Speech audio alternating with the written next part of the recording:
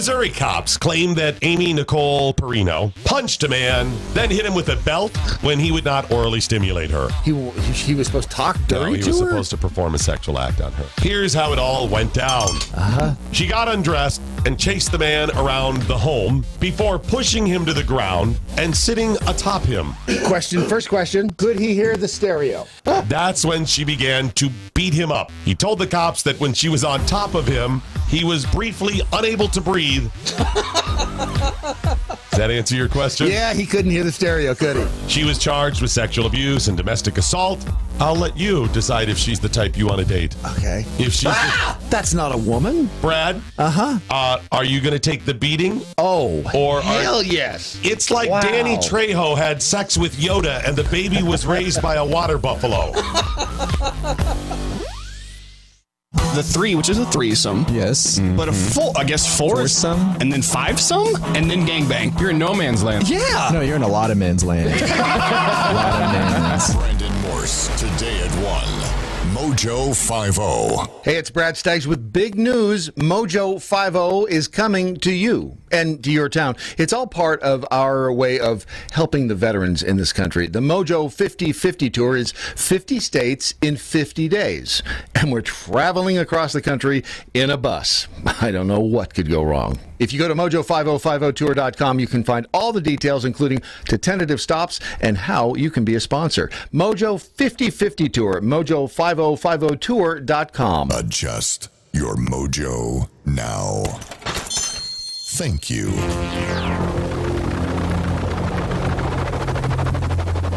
The mothership has landed. Doc Thompson.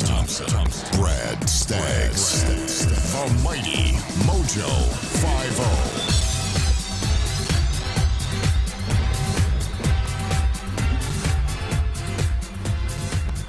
50. Want to spend your mental energy elsewhere.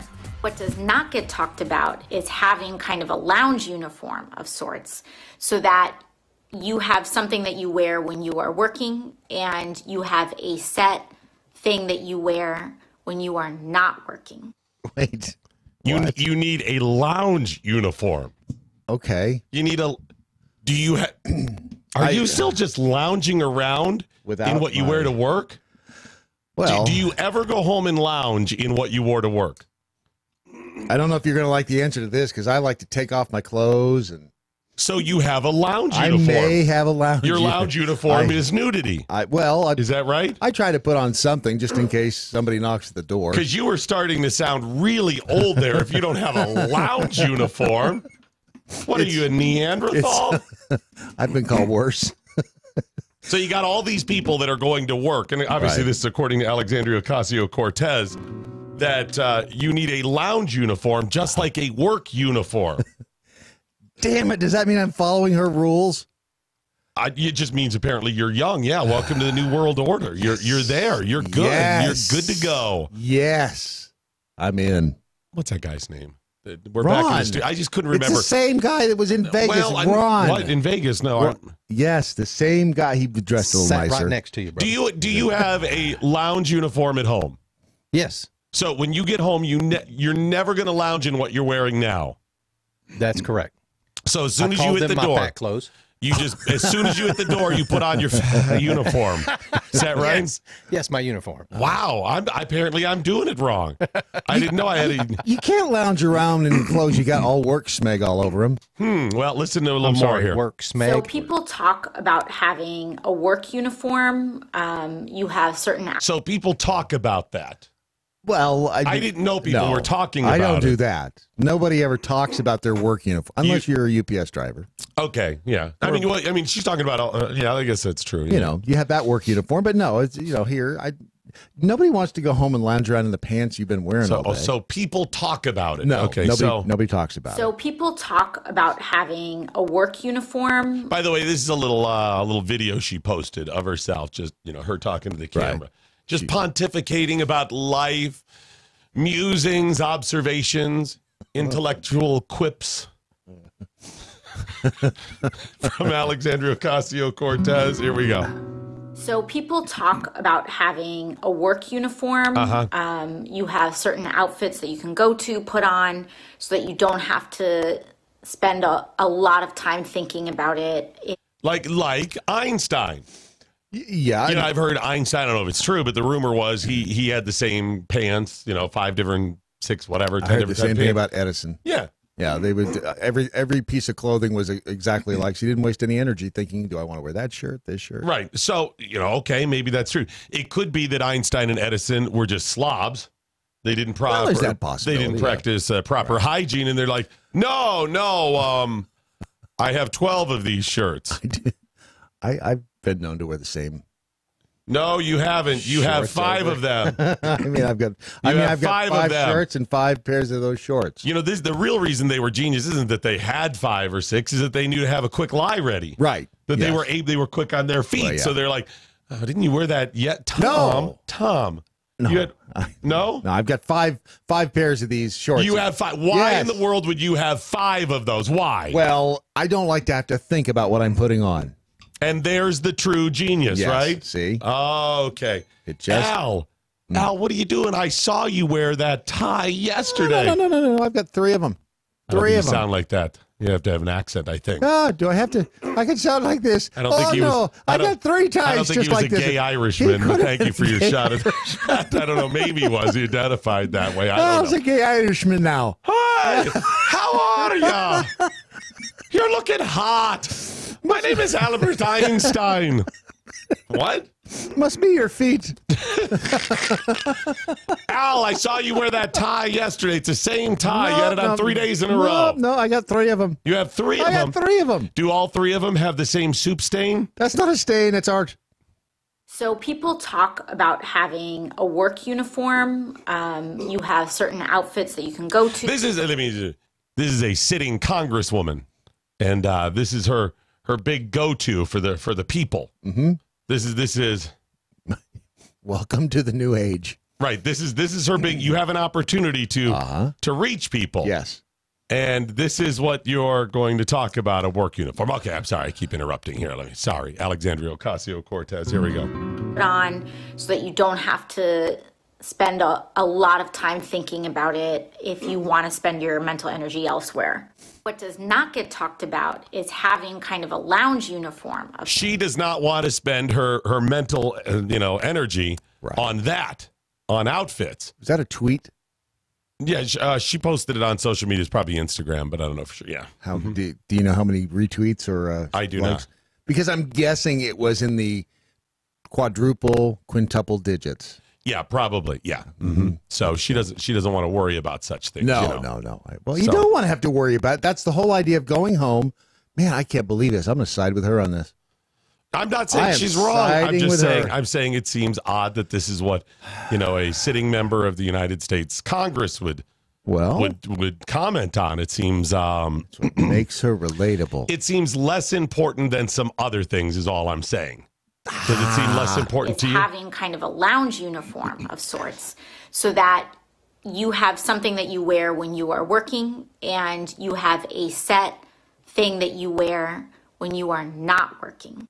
Now, that whole concept may seem kind of strange. Did you get that? Did you get it? Well, you have a set thing while you're working, and you have a set thing when you're not working. There's a definite delineation there. You don't want to get the two mixed up. Well, there's working. Right. And there's not working. Imagine the trouble you'd have if you got them mixed up. And like I came to work today in my lounge. Can you imagine your lounge or at home? You're at home and you're blah, blah, blah, and I'm not there. There's no microphones. Right. Imagine the confusion. And then I realized, damn it, I'm not at work. I'm at work. As you see, you get those. I'm home and I'm wearing the wrong clothes. Should I get a chalkboard so you understand? This is a work uniform. Should be a Venn diagram. Working and you have a set thing that you wear when you are not working. What happened there? She cut kind off. of strange, but truly having work-life balance is very critical to mental health. And so that's part of work-life balance. That's the key. You're not going to have work-life balance if you don't have separate clothes. You come home, and when you are ready, you change into this thing. It's a signal for your brain. And you you know what? I'm coming down on the side of I'm not saying she's wrong. That lots of people, you go home, you throw on the sweatpants or whatever. I'm not doing it because of mental energy. I'm doing it because it's more comfortable. Like that guy said about having fat pants, you know. Today, that's wrong. Today, though, you're going to see about 100,000 mental health professionals come out in support of her statement. Right. And talk about how she is a genius and that this is, in fact, something that more people should think about and we would get more of a balanced just saying, how about, dealing with people with PTSD? You know, she's a member of Congress. Well, yeah. She could actually launch an investigation into the continued ongoing failures of the Veterans Administration, which would do a hell of a lot more good than telling people to have separate clothes for work and home. Truly, having work-life balance is very critical to mental health. And when you come home and when you are ready, you change into this thing, it's a signal for your brain. Why does it keep cutting off? She wants you to stop and think about it. That may be my computer. Okay. Truly, having work-life balance is very critical to mental health. And when you come home and when you are ready, you change into this thing, it's a signal for your brain, and you actually can have certain responses, mental responses, which will help you relax and allow you to be productive. So I'm just saying. Here's what's going on here. She now thinks that all that crap that's been said about her is true. Like all of the media that's like, oh, she's so smart, she's so whatever. Yes. She believes her own crap. Yes. She now believes that she does. She can help people's mental state. She can conversate on mental illness and that. Yes. Okay. On this one, though, I'm with her. No, I'm not. You're missing the point here. I'm not saying that you shouldn't have, or lots of people do. Some don't. It doesn't mean you're less or more likely to have mental illness or be able to put it behind you. Some people probably like to dress the same. That's fine. Some people want to forget all about it. You're right. Some people go home and work. It's not 100%. So as far as that goes, she's full of crap. Now, for some people, they do want to get home and immediately change clothes or whatever. I would think it's more about comfort than having a different brain, than setting everything different in your mind. Some, maybe they do need it. Did I drink Kool-Aid somewhere along the line? I may have. Damn, she's starting. No, I'm not. No, you're still missing the point then. It's not about whether or not people have different clothes. It's that, number one, that this is her big issue here. This is what she took time. As a member of Congress, this is what she prioritized.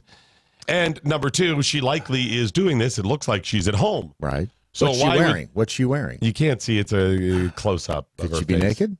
No, you can see she has the top of a shirt on, but you can't see really what it is. No pants. So she's doing that from home. Wouldn't that be work for her? Talking about work-life balance? Well, but no, now she's just conversating with her peeps. Oh, is that it? Is that what it is? See? Also, the fact that she's saying this is 100%, like she knows, and she clearly doesn't know. She has an economics major. Yeah, a degree which that is even suspect, based on her spewings about the economy and such. So, just saying. Maybe. What if she is actually a genius and the rest of us are stupid? No, it's not possible. What happens if that turns out to be the case and we all feel really stupid? What exactly does she produce? See, it allows her to be productive. That's a good question. That's a very good question. I mean, she makes stuff every day at work. She makes a lot of words and thoughts and ideas. And what is her work uniform? Well, let's see. That would be, if you go by what she's been, just a pantsuit. Not the Hillary Clinton pantsuit, but a pantsuit. Pantsuit. She did pantsuit. Yeah. Okay. Yeah. Now it's. I agree. She could be focusing on, let's say, reducing the federal deficit. Although that's never going to happen. She could. There are 100 other things she could be focusing on. But you see, this is what gets her. All of the her peeps. You know She's who else relating to has her peeps. lounge uniforms? Who? Socialist. She's just following her own playbook, I guess. That's quite possible. Kim The Jong-un, media- Kim Jong-il, right? And liberals same, wanted to. same uniforms, right? Right. Mhm. Right. Okay. Mhm. Pajamas. I mean, he used to go home in pajamas, but No, they had. She didn't say pajamas. she said lounge. She said lounge, and that's what they do. Loungewear. Like a smoking jacket. Perhaps a velvet bathrobe. I don't know. Hugh Hefner. So you think she's more the Hugh Hefner vein or more Young of the minds. Kim Jong-un? Young minds, fresh ideas. I think she, in her mind, is more of the Kim Jong-un, because he's probably one of her heroes. Mm-hmm. But every now and then a blind squirrel finds an egg. So you're siding with Alexandria Ocasio-Cortez. You're standing with her. Is that I'm it? going to catch all kinds of crap. No, I'm just asking. I'm giving you a chance to clarify. I think that, Because I think she's an idiot. I didn't say she was brilliant. I just said that I happen to agree with her on this point. You missed every other point. But that's okay. So you're standing with her. I just want to clarify for you. I can see that she's making some sense somewhere. So then you stand with her. Maybe. Okay. Maybe on this point. All right. I didn't realize I'm going to have a litmus test for you today, but apparently we will. We'll move on to Meghan McCain. Oh, God. Let's see if you agree with Meghan McCain. Okay. So she was on being interviewed on CNN with the former Green Czar, Van Jones. Yeah, him. Okay. And she, of course, was talking about her father. Right. Okay, here we go. First and Mr. John McCain, this vacuum is so pronounced now because of this wall, the shutdown, all this sort of stuff. He said she's not the only one who misses John McCain because of the vacuum and the wall and all is shut down. It's all horrible. John McCain, he wouldn't have stood for such things. Hearing now that you're saying you're not really calling yourself a Republican anymore. I call myself conservative. I mean, I'm still a member of the Republican Party. I'm going to go ahead and stop there. Anything? Yeah, I don't think that she's a conservative. Right. No. Now, I've always said, yes, she is a Republican. Yes. She is registered as a Republican, Yes. has always spoken on behalf of Republicans. Her father was a Republican. Right. Not a conservative, though. Right. So you're still good on that? Yeah. Oh, okay. Here we go. I still vote on the Republican ticket, but Republicanism is so tied up with being for Trump. But I'm also not a never Trumper. Trump didn't melt my brain. She's not a never Trumper. Really? And I don't think that she called him out at her father's funeral. Of course, yes. Of course she's a never Trump. Of course she is. She does not like him. Right, of course she doesn't. And neither does the Republican Party, for that matter. Right, exactly. So here we go. This wall, the shutdown, all this sort of stuff. I'm hearing now that you're saying you're not really calling yourself a Republican anymore. I call myself conservative. I mean, I'm still a member of the Republican Party, and I still vote on the Republican ticket, but Republicanism is so tied up with being for Trump. But I'm also not a never Trumper. Trump didn't melt my brain. I can still see like the forest for the trees, and it didn't expunge all my... She wrote in somebody else. I can't remember who she wrote in. But anyway, she didn't vote for Trump. So, you're a conservative who didn't vote for a conservative. Right. But you didn't vote for Trump. Right. So you're neither a Republican nor a conservative. Right. That's her convoluted way of saying that. See, I was willing to accept that she and her louse of a father were both Republicans and not conservatives. And it used to frustrate me when people would call them that and they would refer to themselves that way.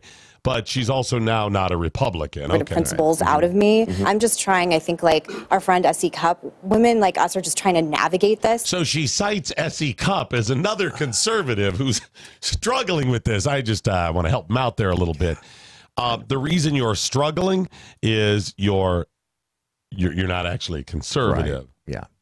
Yeah. She's having some identity issues. She cited S.E. Cupp as she's not as a conservative. Yeah.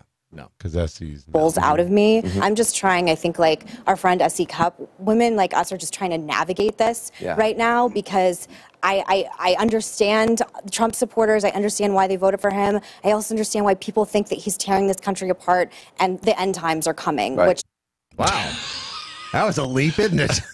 She understands why people supported Trump. They rabidly support him. She understands that. She's not a never Trumper. Right. She also understands the other side when they think the end of times is here. Wow. Wait, Wow. Wait, what? Yeah. The dinosaurs are coming back. We're going to all burn up in a giant ball of fire. See, you don't get to truly, passionately understand both extremes like that. No. Like, I can understand, okay, you are on one side or the other, and you can understand how people wrongly on the other side get to certain issues, whatever. That isn't what she said. No. She understands how people over there believe it's the end of times. Yeah. But she's not a never Trumper. No, of course Don't not. think that. What are you, a nut? Come I think, on. like our friend S.E. Cup, women like us are just trying to navigate this right now because I understand Trump supporters. I understand why they voted for him. I also understand why people think that he's tearing this country apart and the end times are coming, which there was a blood red moon a few days ago, which apparently is a symbol of the end of the world. And I was like, well, it seems about right now. Wow. So I'm just trying to, honestly, I'm trying to survive in a lot of different ways and politically as well right now. And just, but I'm not a liberal. And I think it would be intellectually dishonest for me to go on TV and start espousing beliefs that I didn't believe in. So many That's words. what she does every day on The View. Right. She espouses liberal views. But she said it would be wrong to go on TV to espouse views she doesn't believe in. So she obviously believes in those. Right. But then she keeps saying, but I'm not a liberal. Right. So, well, what's going on here? It's a blood moon. It's a blood moon. Well, that sounds about right. It's a blood moon, yeah. Something will come out of this in one way or another. I just don't know if it's going to be the traditional Republican Party because Trump changed it so much. And it's not what I recognize anymore. And it's character seems to be gone, which to me, when I grew up, conservatism and character, like my father was like really, really, I would say militant about character. Yeah. Which character? Goofy? Bugs Bunny? I mean, it was seriously one of the Pokemon characters. What? And Trump really character didn't change. Then he obviously doesn't know what character is. Yes, I'll give him back when he served and he was captured. That's character. His post-serving life, when he became a politician, character was the farthest thing from John McCain. Yeah. John McCain lied. He played politics. He attacked people that weren't just a part of the other party, weren't people that were liberal. He attacked people that were conservative in the Tea Party movement, saying the most heinous and reprehensible things about them. And given the a chance to unravel once and for all Obamacare, he did the wrong thing. Is that character? No, that's being politically correct. Now it seems like lying, well, it's okay. It's a little nebulous. Stealing? Lying is okay because her dad didn't lie. He never lied. He had character. It's a little nebulous, you know, and it just, I don't think those are American characteristics, and it scares me a lot. You know, this fight to keep, our parties, good parties, has, got a history. In the Republican Party back in the 50s and 60s, they had to band together, folks like you, and push out the Birchers. And then even in the 1990s, Bob Dole had to take a hard stand. Yeah. In fact, I love this clip from Bob Dole. Play that clip from Republicans. But if there's anyone who has mistakenly attached himself to our party in the belief that we are not open to citizens of every race and religion, then let me remind you, tonight this hall belongs to the party of Lincoln, and the exits, which are clearly marked, are for you to walk out of as I stand this ground without compromise. I mean, That's so good. Yeah, that's. Here's the thing. I'm tired of people automatically assuming conservatism or preaching some failed narrative that conservatism means you're a racist, you don't like people, that you're not accepting, you're not tolerant, any of those things. They have painted that narrative. What Meghan McCain and her failed politician father did was help push that narrative to give them cover to vote liberal. And Bob Dole, you might want to check his track record of voting as well. He took a hard stand. Bob Dole in the early days, Bob Dole was fairly conservative. Oh, and then when the gravy started coming, then when he started getting power, what happened? Bob Dole voted in a bunch of liberal ways, just like John McCain. That's so good. Is it harder for your generation of kind of Abraham Lincoln Republicans to band together and boot folks out the way that... Meghan McCain is an Abraham Lincoln Republican. Meghan McCain, Abraham Lincoln. Yeah, it's hard to tell the two apart. Well, they both have a beard. Both did the way that the anti-birchers did. And so did John McCain. Harder for you now, and if so, why? We're so outnumbered. I mean, Trumpism is I think it's over 80% of Republicans support President Trump, and maybe they're doing it because they don't have another option. But I think the populist Trump brand really has taken over, which is why there's this. She's not never Trump though. No, of course not. No man's land that I'm in, because I didn't become an ever-Trumper either. But that's funny you play that clip, because it's actually one of my first political memories. I was at that convention. All right, there you go. And by the way, we do stand corrected. What's that? Corbyn, the effing jackhole, did correct us that AOC, Alexandria Ocasio-Cortez, does produce a lot of CO2. Oh, well, there's that. Yeah, okay. So, methane? Yeah. Is that where he's going? Well, CO2, carbon dioxide. I'd say methane, though, too. Well, there's that, too. Yeah. Yeah. It'd take a lot of Because she speaks a lot. In fact, there was a lot in that little clip where there was a lot of methane spewing. So there you go. So how do you feel about Meghan McCain now? No, my feelings about her have not changed at all. Okay. A little, not even a little. I'm a little worried about you. I'm going to keep my eye on you. Well, I'm a little... Look, first of all, look. The AOC, the Alexandria Ocasio-Cortez, her little diatribe on work and leisure outfits. I stand with Alex. Okay, good. On that. Okay. On that. That's all I'm saying. All right. Get your comments in. It's a brave new world. The Radio Revolution, MoJo 50.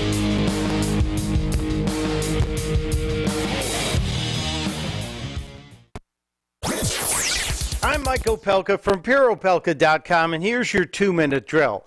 Aside from term limits, the biggest thing I would like to see changed in America is how we elect a president. I'm not talking about the elimination of the Electoral College. I believe that is one of the most brilliant things the founders gave us. And we better fight, because there's a push from the Democrats to eliminate the Electoral College, which would give them an advantage forever. As a matter of fact, I think it's safe to say you'd never see another Republican candidate elected president if we ever got rid of the Electoral College. What I'm referring to is the insane length of time we are allowing people to run for office, meaning we're not even a month into the current congressional term, and you have members of Congress, people in the Senate and the House, who are actually going to spend less time working for the people who elected them and campaigning, trying to become the next Democratic nominee.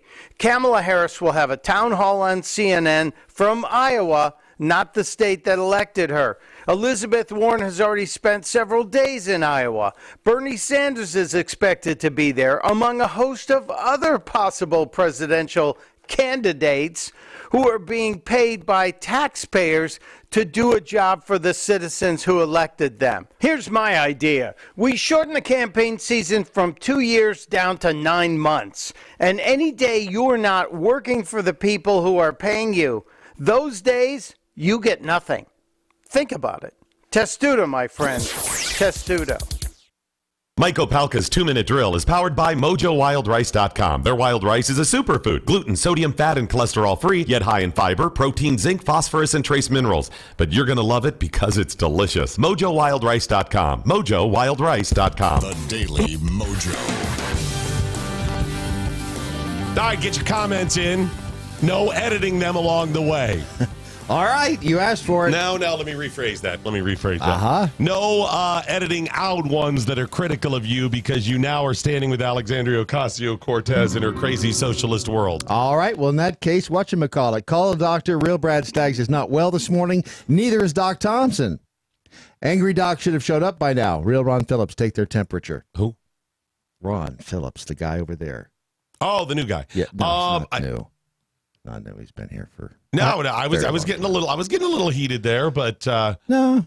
You here's the problem. You actually see the logic in AOC Alexandria Ocasio-Cortez's in her statement. That's the problem. Now you did balance it well with the Meghan McCain because she is crazy as a. No, I didn't see the logic in it. Oh, you did. But the other thing is I'm a little worn out here because So I got to bed really late last night. I was working on a bunch of stuff. By working, you mean watching porn? No, I was editing audio and prepping and whatever. It's so much to do. I have so much more to do. 13 hours yesterday editing audio. It's crazy. Anyway, the razor blade. Do you like to hold the razor blade in your lips when you do that? I don't use a razor blade anymore. That's back in the day. But yes, I did. Back in the day. Anyway, so it was just a long, tedious day, and I didn't get to bed till almost midnight. And went to bed. And I checked my alarm, ready to go. Alarm went off. Got up. Started working. I was awake for about 40 minutes, and I was going, what's wrong here? And then I realized I hadn't set my alarm back ahead. See? I got up 2 hours early for the broadcast today. What really threw me off, like normally I would remember to set it, but the time it was set at was the old time we used that we just switched a couple of weeks ago. Yes. The time change is one thing, time zone change. Right. But the fact that we were exactly 2 hours off back to what we were when we were local there. Yes. Oh, it was driving me up the wall. The iPhone will adjust a lot of things, but it does not change the time of an alarm. No. When you move. And I had to do the same. I sat there for a couple of minutes last night looking at mine going, okay, what time do I get up here? That's what I did too. Do I get up here? The worst part, later. I was up, I don't know, 30, 40 minutes. And then when I was like, something's wrong here. What time did you get up? 3? Oh, yeah. Oh, snap. So I'm looking at the alarm and I'm going, or the time, and I'm going, can't figure out. And then I was like, did I get up 2 hours early? Did you go back to bed? No, at that point, I would the most to sleep. I mean, I was say you were awake if you were up 40 minutes. But. Wow. Yeah, I was up 40 minutes, and then it would have taken me, 20 minutes, half hour to fall asleep. Would have got up, and then I would have felt like hell. This will make you feel better. Mina Edwar over on Facebook says, wow, I thought you guys would be talking about more important things in the USA. Like what? Like AOC? I don't know. Mina didn't pontificate on that. Just threw that fireball. You don't think she and Meghan McCain are important? Socialism? Apparently not to Mina. The nuts taking over America? The nuts. I'm telling you, it's a brave new world. Yeah, all right. It is a brave new world out there. How about this one? How about maybe this will help you out? A woman in China has been diagnosed with a rare form of hearing loss that renders her unable to hear voices of men, only women. Which is why I believe they do so many stupid things. I think this is an epidemic. I don't think this is just this one woman. I think this is finally we have our answer. Now we know why they do so many stupid things. They just don't listen. How many times have you said, I told you, They don't listen. Do you listen to me? See? I've used that quite often. Even though knowing I didn't say it before. Well, that works too, huh? My dad had that, the opposite of it. You remember I said that. What's that? He had what? He had what? Well, my dad could not hear my mom. What? Yes. That's a thing? Yes. Is he it could contagious? not hear my mom. My mom. Can I go get it? Would talk my dad. Huh? Can it be like a chicken pox party? Can we go there and all get it? Can you imagine how much better my life would be? I wonder how that spread. I don't know. According to doctors and this woman, it occurs in 1 out of every 12,000 cases of hearing loss. Much more common than that. And she said it can be caused by genetics, disease, change of pressure in the inner ear fluids, or stress. Or marriage. That covers stress. all of those things. Right, yeah. Including the extra fluid. Genetics, disease, all of that, right? But now you have an answer why when you're like, why does she keep trying to listen to me? See? It may be a serious condition.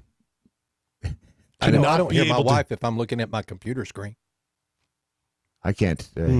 She makes me look at her if she wants me to remember.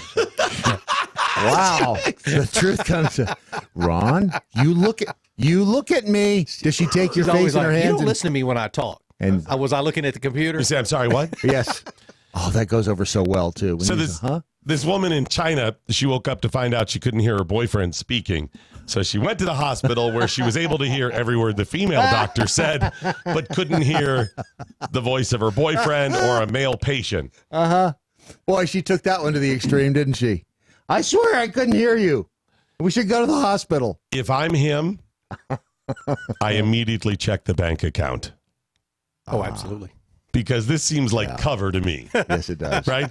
Check her browser history, check her email, check the bank account. He married crazy instead of just dating right. her. Yeah. She's like, oh, she's just setting up an excuse down the road.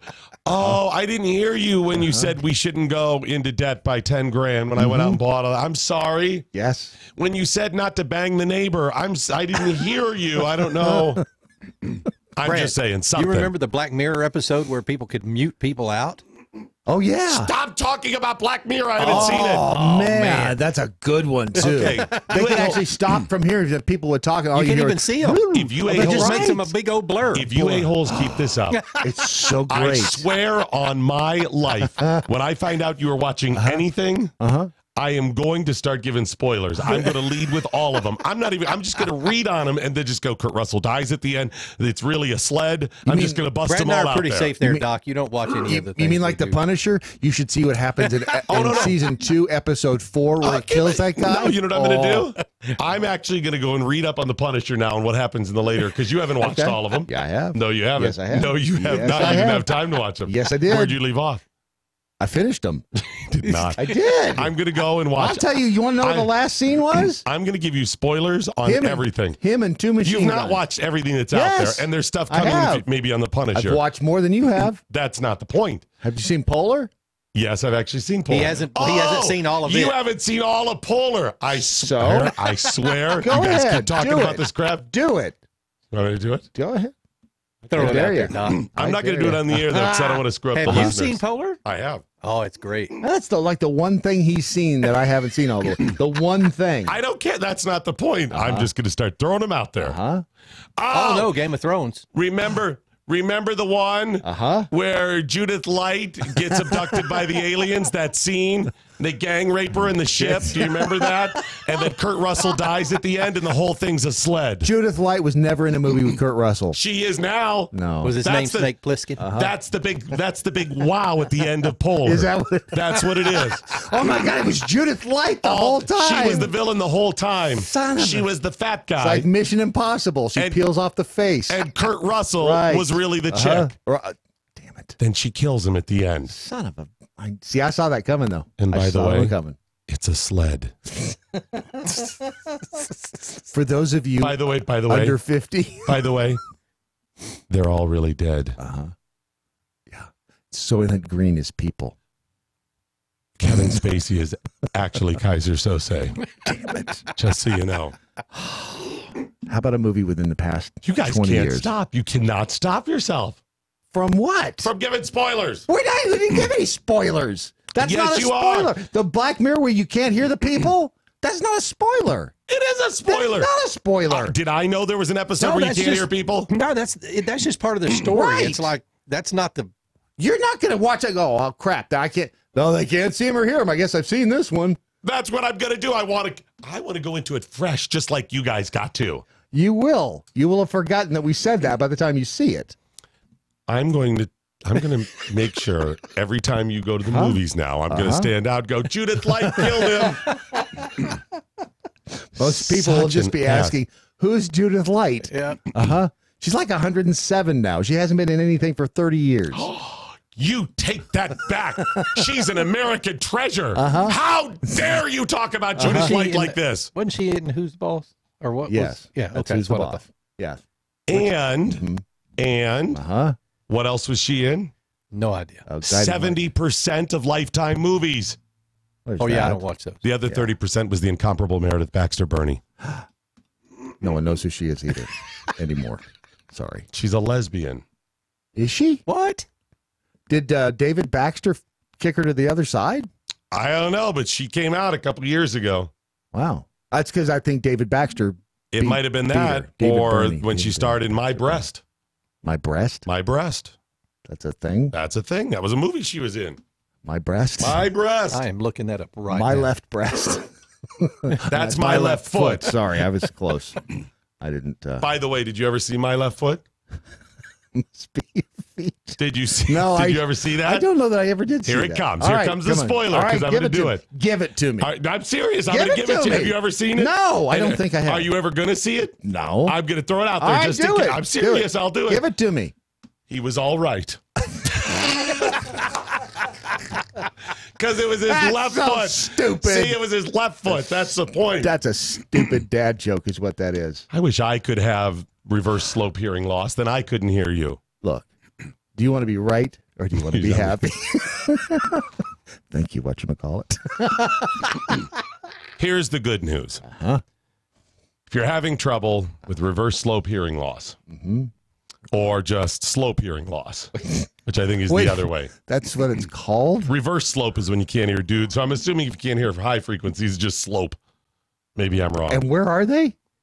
In China? This woman's in China. It's called slope? It's not called slant hearing loss. Is that's what you're getting at? Slope would be a nose, not eyes. No, it's the same thing. No, it's not. Yes, it is. No, it is not. Slope is the same as... Give me somebody that has stereotypical big nose. A big nose. Jimmy Durante. No, I mean like race, religion, go. Oh, John Bernthal. Oh, so John Bernthal is... No, give me like a race, not a person. Jewish. Oh, how dare you talk about Jews that way? That was a bear trap. I can't believe you fell for that. Well, according to Brad, Jews would have like slope. See, that's what you're going for. No, they were. Slope is used in the same way the word slant is. I'm just saying. Maybe we just move on. I think that's probably a very wise idea. Thank God we're back, and I got my American Pride Roasters coffee. I know. I almost felt I didn't know what to do with the extra $40 in my pocket this morning when we didn't stop at Starbucks for 2 cups of coffee. Which kind do you have? Did you try the right jug or the left jug? I took the left jug. I think that's the sexual chocolate. Yeah, I believe it is. I feel awful. There's sexual chocolate in there. Oh, there is? Yeah, raspberry sexual. That's the... Yeah, but it's cold, right? Yeah. Yeah, I don't do cold coffee. Why? Heat it up. You can do that now. There's this thing that it's a magic box. You open the door, you put it in there, you shut the door, you hit a bell, and then when you pull it out, it's hot. How do it know? It's in line with Lucifer. It's black magic. It is magic. It's the most amazing thing. It eats it with unicorn tears. Unicorn tears. Yeah, I got you.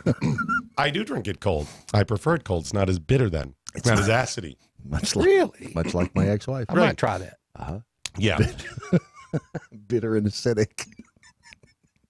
Acidic? Not acidic. Are you attacking the Jews again? Oh my gosh. This is what happens when you get home from Vegas after losing all those thousands. Wow, you are like Representative Omar. Ilhan Omar? What? She attacks the Jews. She's anti-Semitic. Oh, that one. She's the one who was also going to impeach the MFer, right? Yeah, that's right. Her. Yeah, we'll talk about her a little bit later on. But first, I got to remind you about American Pride Roasters coffee. It is the best coffee you can get at AmericanPrideRoasters.com, the official coffee of MoJo 50. AmericanPrideRoasters.com. Love it, love it. I'm having the banana. I'm also having some coffee. I bet you are.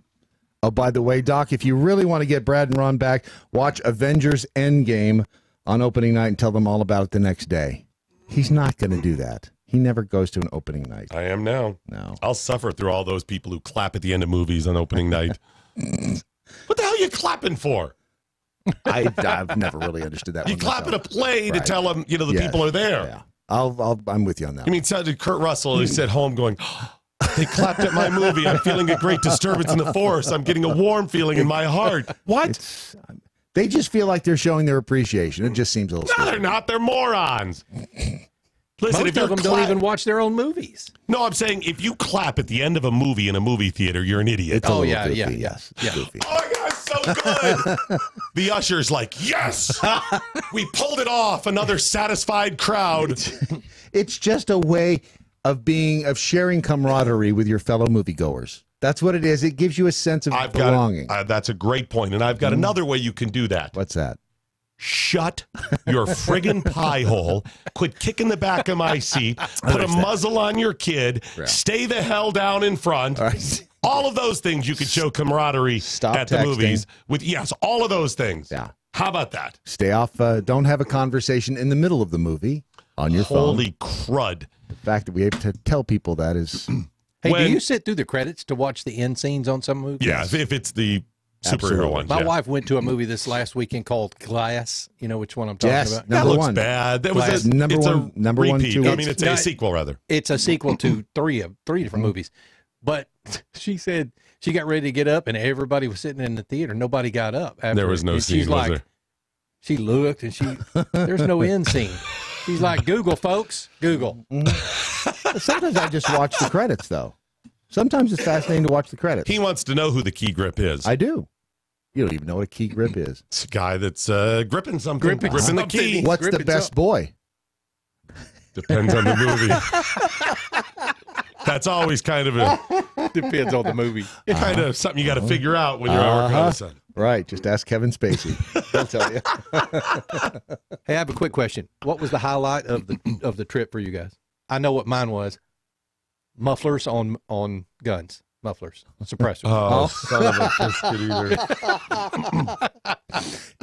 What was my comparison? I don't even remember what I said, but apparently it's not any of those. It's a Dyson vacuum. It just re-aired this morning. It did. I heard it. It was, folks. I knew it was painful at the time. Take a look at this, huh? I didn't know what to say.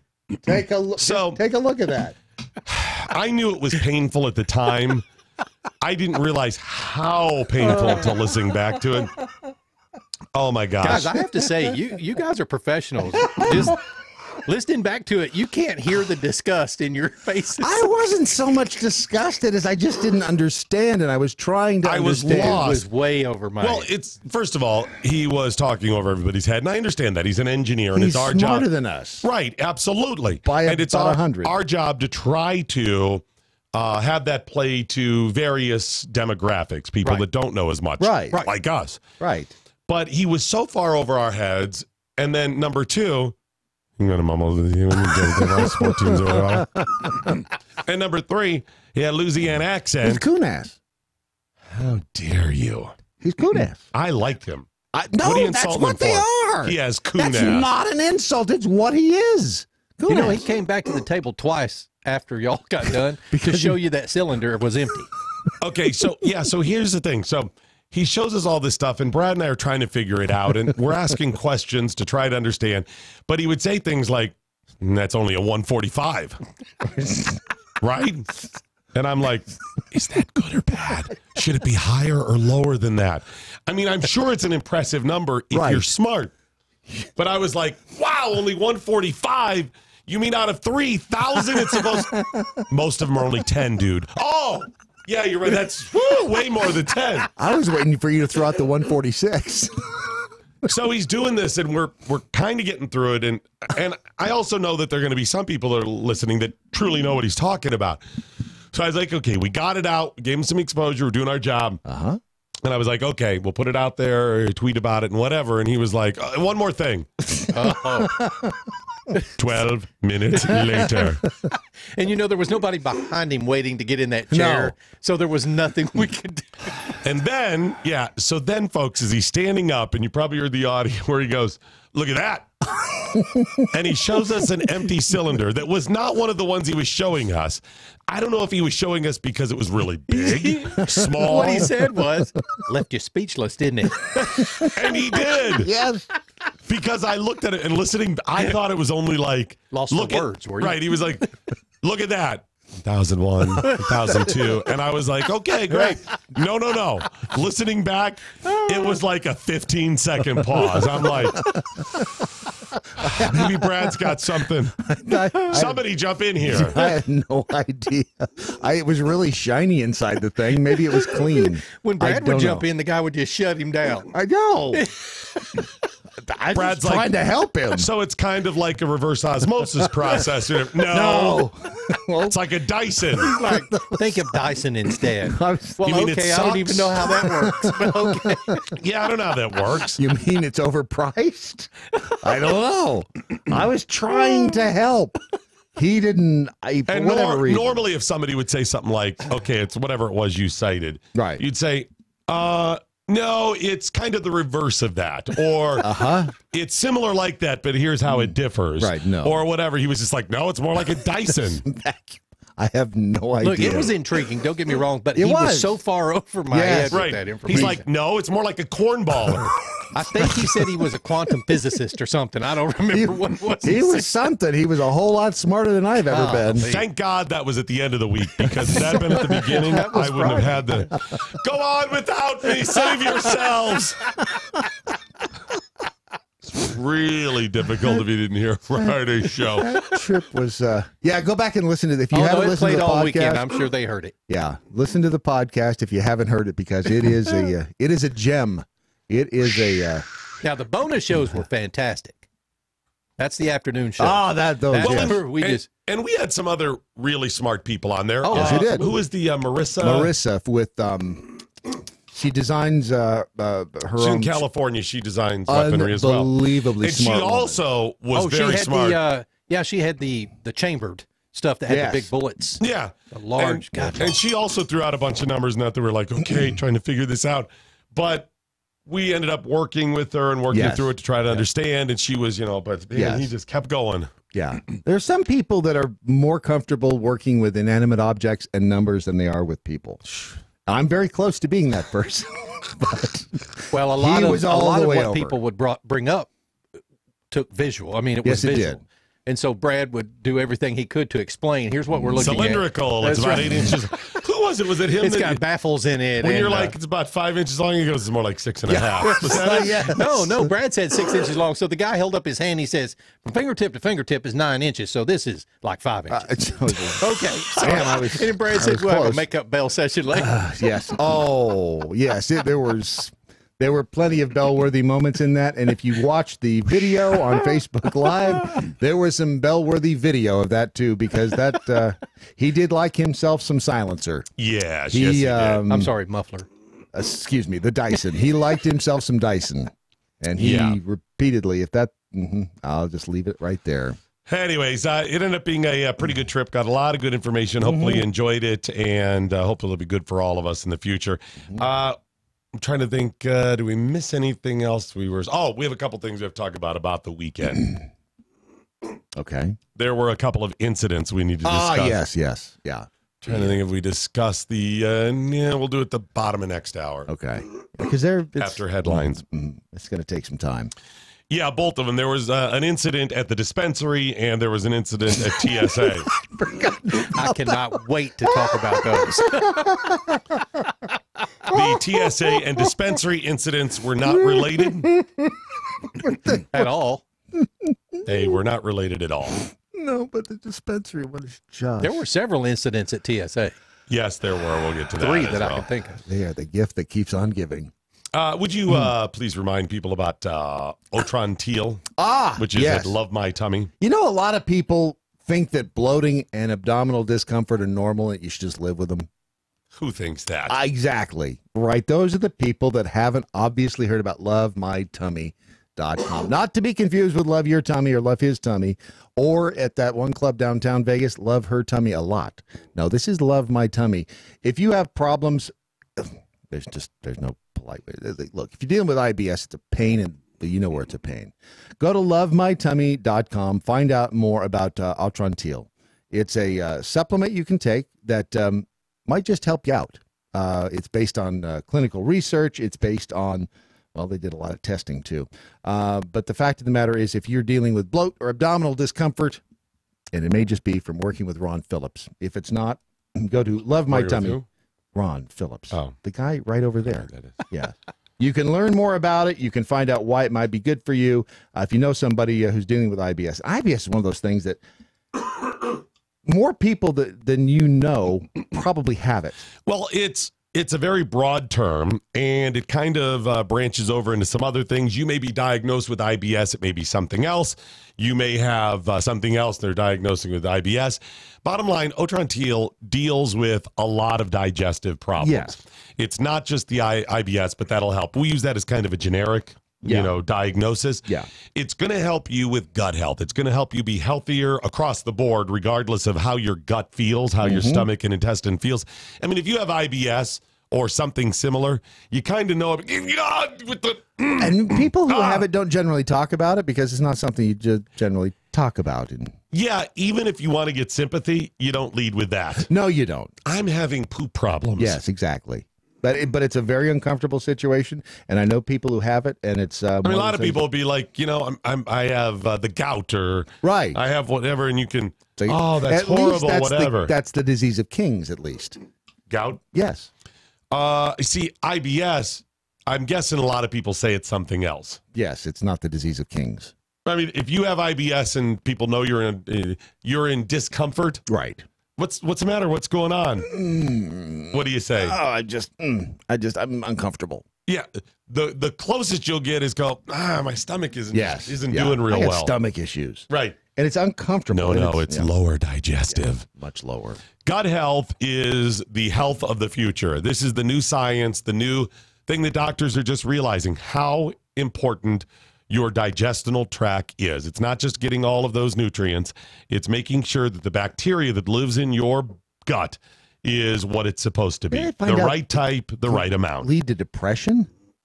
Didn't I read that somewhere? It leads to depression. It leads to heart disease. It leads to all kinds of stuff. And they've also found out that you can have too much probiotics. So there really is too much of a good thing. Yeah, you can overshoot that as well. So you've got to have the right balance of the right bacteria. And this is where Otrantil comes in. Balance? Just like Alexandria Ocasio-Cortez said. It's all about balance. Just go to lovemytummy.com. Uh-huh. I'm just lovemytummy.com. Yes. Mm-hmm. Lori D says, how smart can anyone be if they choose to live and work in California? Just saying. Was that guy from California? Which one? Oh, no, Marissa. Marissa was from California. Did you just call her a guy? How smart can anyone be if they choose to live and work in California? Just saying. And then you said, was that guy? No, the silencer. I don't think, not her. Marissa is a woman. She's smart. She was a lesbian. She's still a woman. No, I know, but you called her that guy. No, I called the silencer guy a guy. I don't know. Look, Marissa. So far, you've sided with Alexandria Ocasio-Cortez. You made some Jewish big nose references there, and now said lesbian is that guy. Okay. Whatchamacallit, sorry I didn't hear compressor guy because I had hearing loss during that segment. Right. It did have that effect on some people. And by the way, all this little attacking, you deserve that off. Would you rather be happy or right? Don't think I forgot about that from Friday. Don't think I forgot about that. I didn't think you'd forgotten it all. Okay. I'm just saying. Want to make sure that you have a choice. You know, this is a marathon, not a sprint. Happy or right. That's all. That's all right. You won a couple of battles there on Friday. Let's see who wins the war. I'm here for the long haul.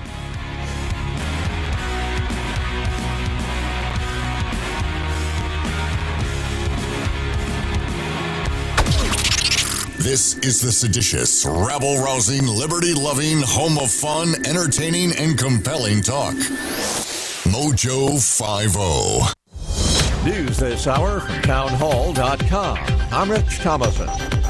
The longest partial government shutdown in history is over. Hundreds of thousands of furloughed federal workers returning to their jobs today after President Trump signed a short-term budget bill. This gives congressional negotiators several weeks to produce a deal to end the border security standoff between the president and congressional Democrats. And Mr. Trump not optimistic about the prospects for success. The president tells the Wall Street Journal that he doesn't think congressional negotiators will come up with a deal that he'd accept. He puts the odds of success at less than 50-50.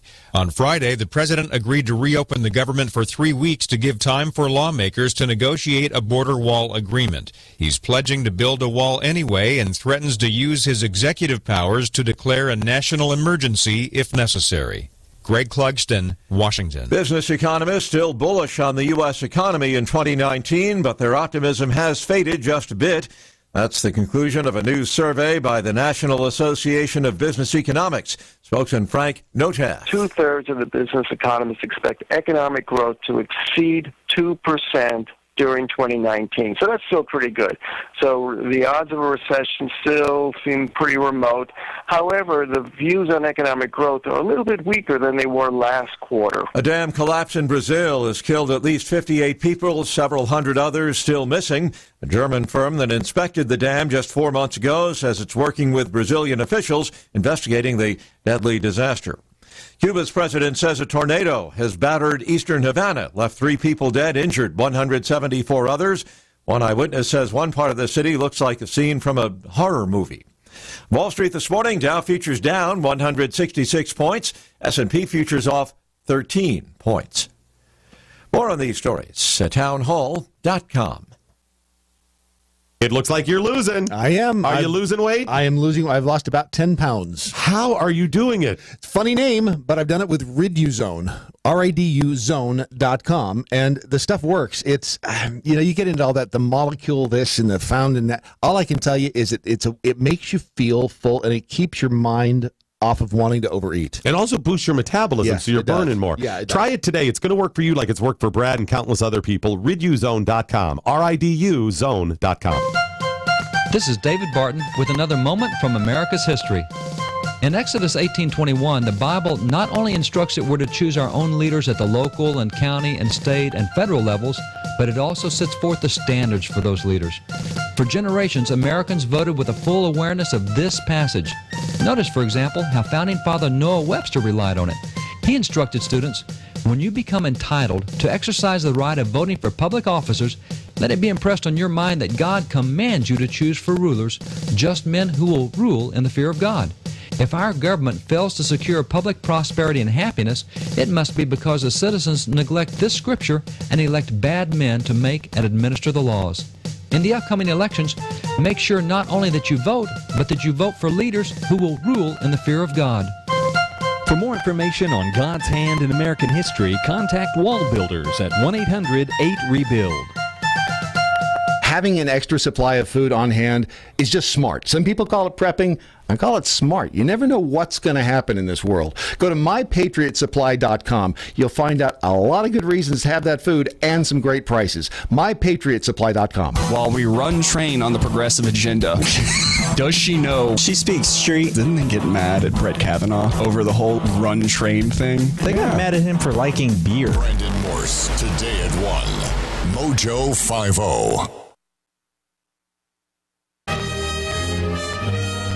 This is the MoJo 50 Institute for the Advanced Application of Freedom. Ya bitches.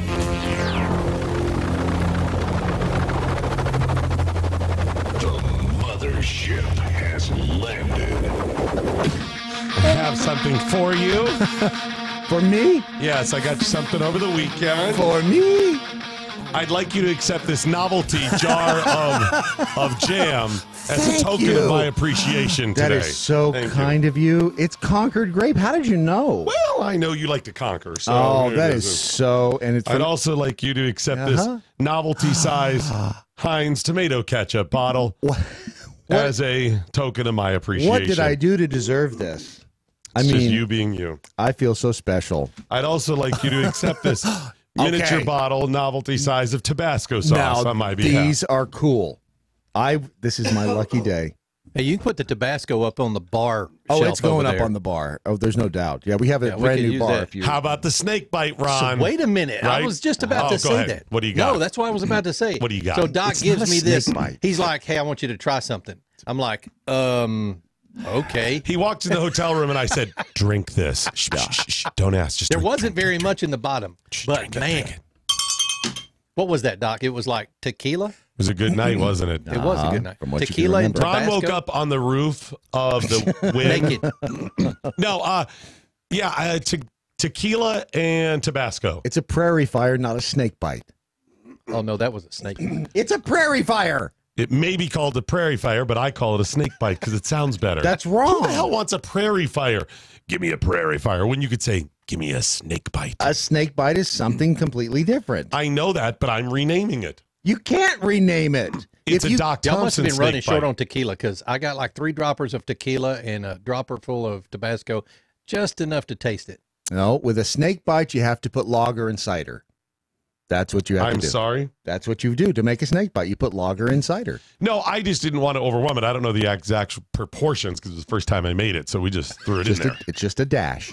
A dash of No, you need Tabasco. more than that, don't you? No. Plus, yeah. plus how many? You don't have. There's not more than a dash in this little bottle. no, You there's didn't- more than a dash, but you need more than a dash, especially somebody like that guy.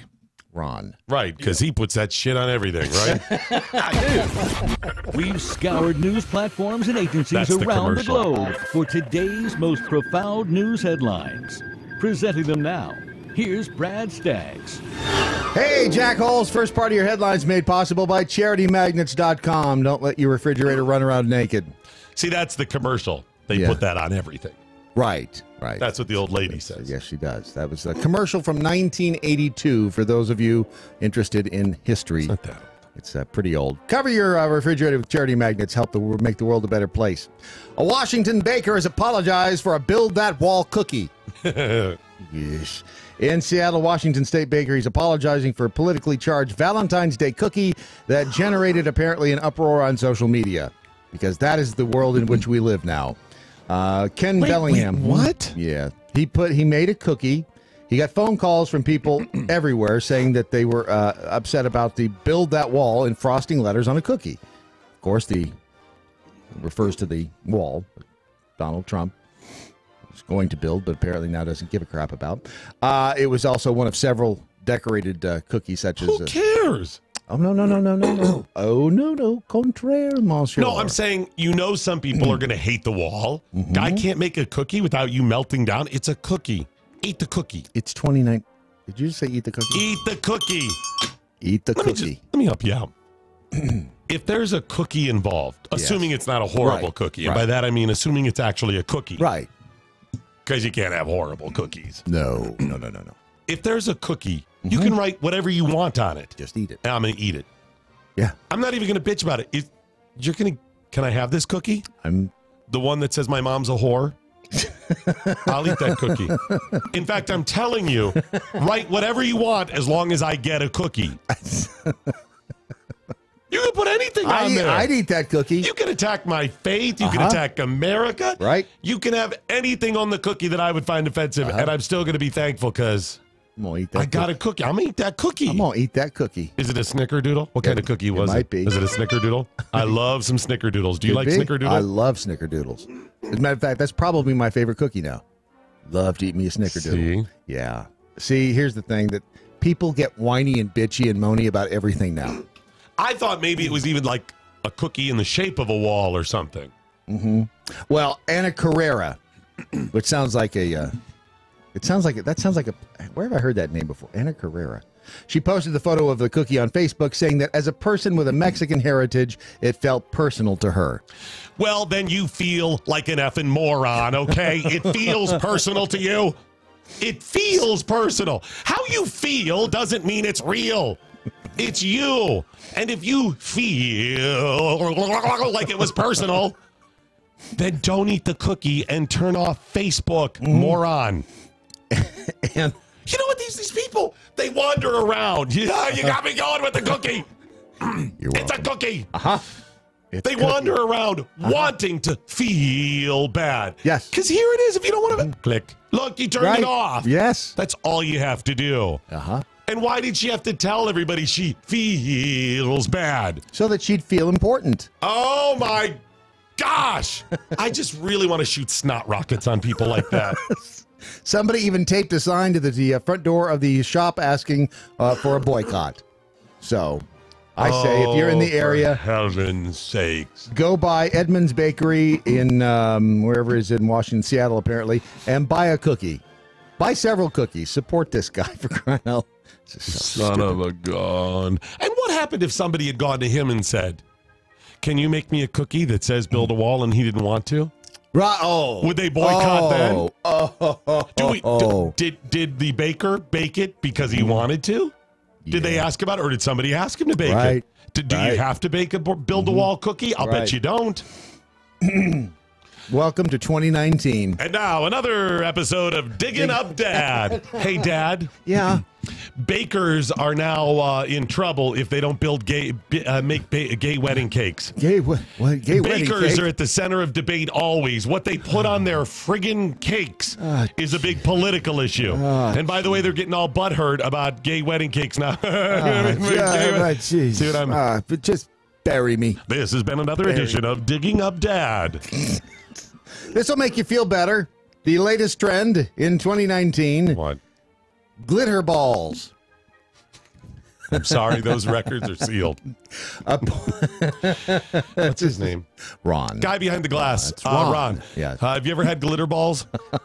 Those records are sealed. Yours too, huh? Not since I went to the strip club in Miami. Well, these are dogs' testicles. Welcome to the strip club. It's got a $40 cover charge, 2-drink minimum.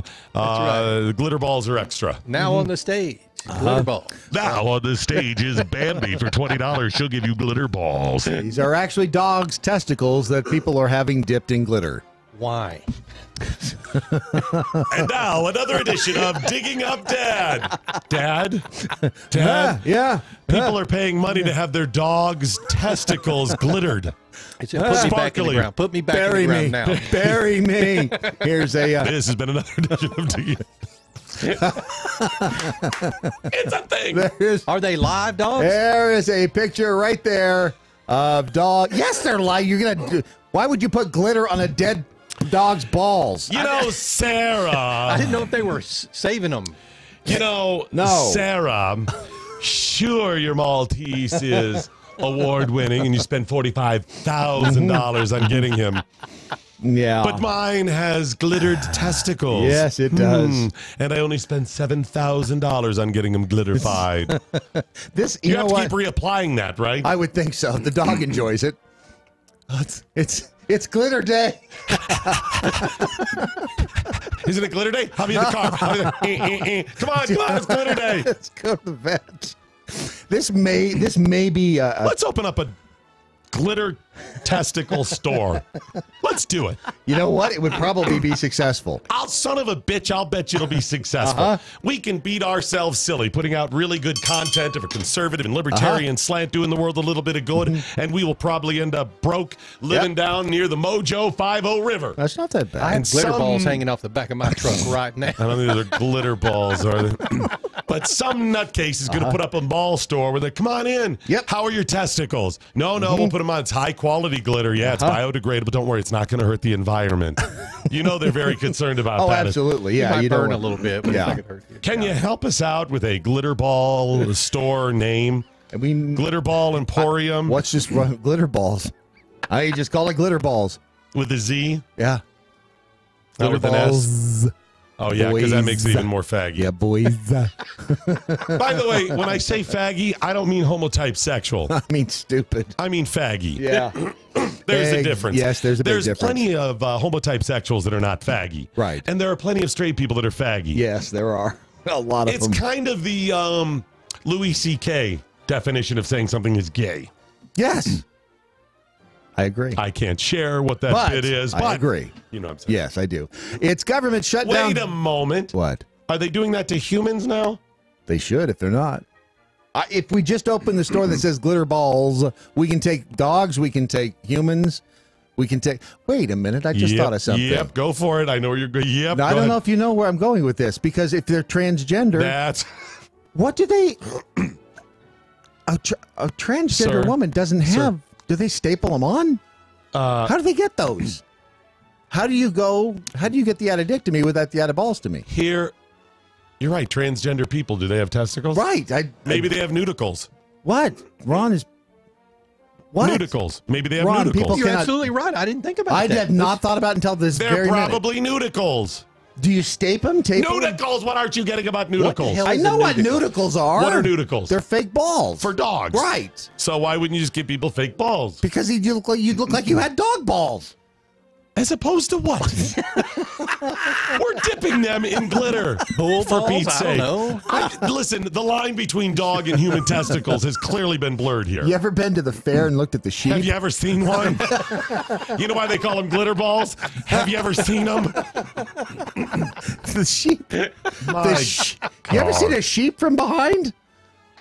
No. Why would I look at a sheep from behind? Damn it, he didn't fall. Really close. If you go to the state fair and they've got the sheep exhibit, it's when Sam, my youngest, was little, he says, "What's that hanging down between the sheep legs?" I looked at it, I was like, "Damn, I don't know, but they're huge." I asked Mom, she said it was nothing. Well, you got to understand your mom is spoiled. Yes, she is. It's a government shutdown day number. Oh, it's not. It's over. Oh, it folded. Sorry, kids. By the way, Friday, a little rant in the air. Some people challenge me on. Womp womp. Now there are still some claiming, no, that's all part of his grand plan. Okay. I'm still hoping maybe it is. I'll still put that out there. It's possible. If I am wrong, I will be the first one to admit it, and I will say, Mr. President, man, I should have just trusted you. I'll go to the White House and I will put it out there on a postcard. What do you need me to do? I'll apologize. I'm just hoping that maybe. But it's looking bad. I'm hoping that maybe there is a plan. Maybe. Just maybe. Izzo said there is. Well, then I stand. Oh, Izzo was all Jim Jones in it down in Gehenna. It's possible. Gehenna, whatever. It's He possible. was all, come on. Mm-hmm. Come on. It's Hawaiian punch flavored. Come on. Get your Kool-Aid. It's possible. He was like, You know what? Listeners, drink this. Drink this or we're going to gun you down like Congressman Leo Ryan. Drink it. Drink the Kool-Aid. I'm saying maybe he's right. So far, it seems like he's wrong. Okay. You know why magnets stick? Why they stink? Why they stick, not stink? Because of their magnetic You fields. can't, without using the word magnetism, why do they stick? Because of the electron charge. Yes, it is. It has to do with the number of electrons attracting other electrons. It's photons. It's electrons. It's particles that make up light. Unlike the photons streaming out of a desk lamp or reflecting off of everything you see around you, photons are virtual, and your eyes or any other particle detector can't see them. Isn't it? Look No, down this cylinder. Look down this cylinder. Speechless, aren't you? Huh? I'm telling you, I think it's the electrons. Yeah, but you don't know. You know what? Even if I'm wrong, and I don't know what makes a magnet stick, I know what makes testicles glitter. It's new glitter balls down at the Center Square Mall. Doc Thompson and Brad Stad, glitter balls. I'll tell you what makes magnets stick. $20, same as downtown. Look, charity magnets. Do me a favor. You know, my wife and I were at home last night. We decided we're going to cover the exterior of our home. You know who loves charity magnets? Who's that? Whoa. Chad Prather.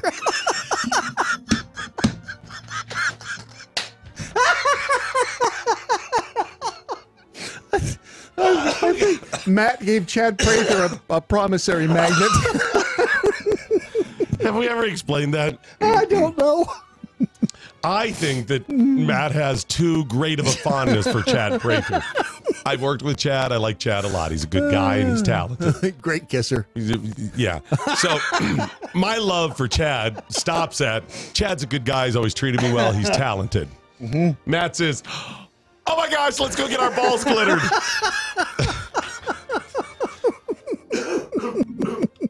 Go to charitymagnets.com. I'm just going to go ahead and turn on the microphone now. He'll be in momentarily. Where's he now? Pooping? He's not pooping. He's out there. Go to charitymagnets.com. Buy a magnet. Help out a great cause. Cops for Kids with Cancer. It's Charity Magnets. I don't know if any of this makes sense, but it's making me laugh. That's all. Sometimes the jokes are just for us. Kidney stones. Well. Yes, they fly out of people on roller coasters.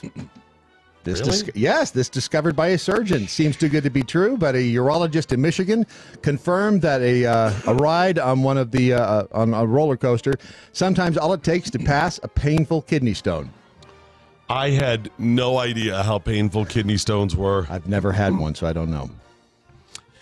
In your mind, what do you think it would feel like? I mean, aside from the pain, like describe and sensation and where. You're thinking in your winky, right? I would think, yes. Yeah, no, not at all. Where is it?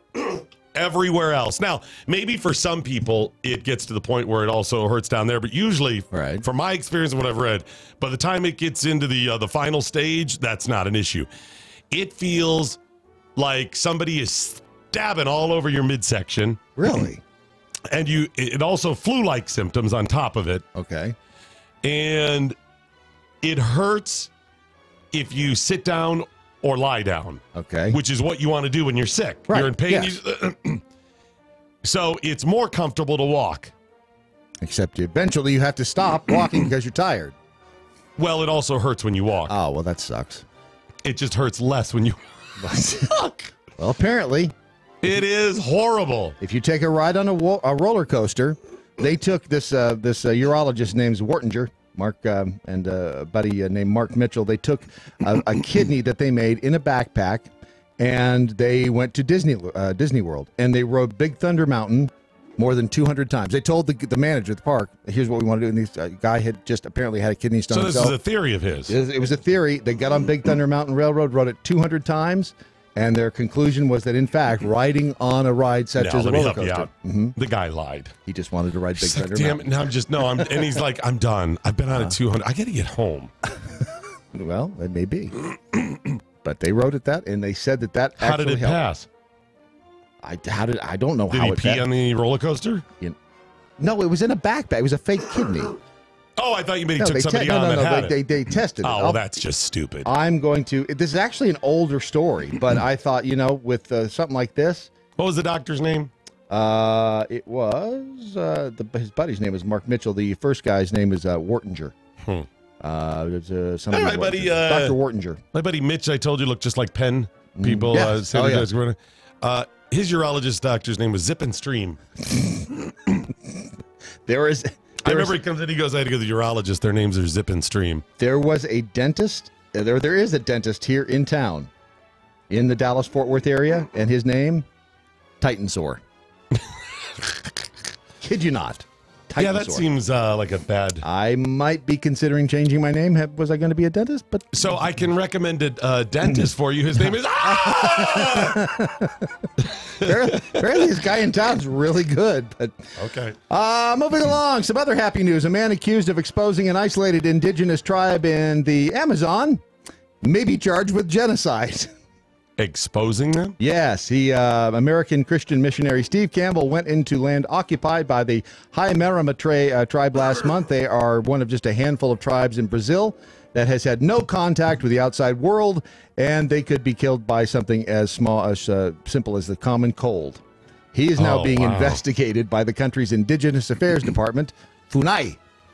But Survival International has warned he might be facing a genocide charge. It's a case of rights violation and exposure to risk of death. Did they get something, or are you saying it was possible? They don't, even if direct contact has not occurred. They may. Unintentional. Correct. Yes. He's trying to spread the word. Attempted genocide. Well, he wasn't trying to infect it with anything. He was trying to spread the gospel. So like a manslaughter of genocide. Yes. Involuntary genocide. Yes. Yeah. Potential genocide. Potential. It's possible. Well, that's but really stretch. Yeah, they could be. Well, they could be, because they've never been exposed to anything outside of this. So it could be a big problem for them. Well, are you going to answer the question or not? What's that? Are they hot? They run around topless. Ooh, I'll take that as a yes. Just saying. You can blame your mom for being fat.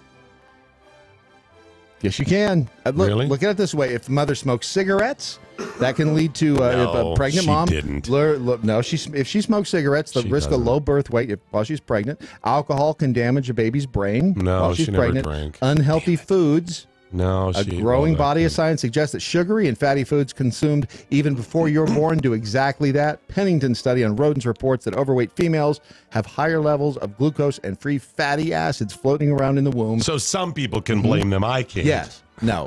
See, my mom has I don't know what she ate. She apparently ate fat stuff when I was born. But so here's the thing: you could be fighting genetics in that case as well. You could be fighting a whole host of things if you're trying to lose weight. So you really, really need everything on your side that you can possibly get, which is why Riduzone is such a fabulous thing. It works really well, Horrible folks. name. Honestly, Horrible Riduzone's name. great. In fact, unfortunately, I didn't take it with me. So last week I was off the Riduzone, so I'm back on. Got to lose some more weight and get down to, I'm going to turn 40 in May.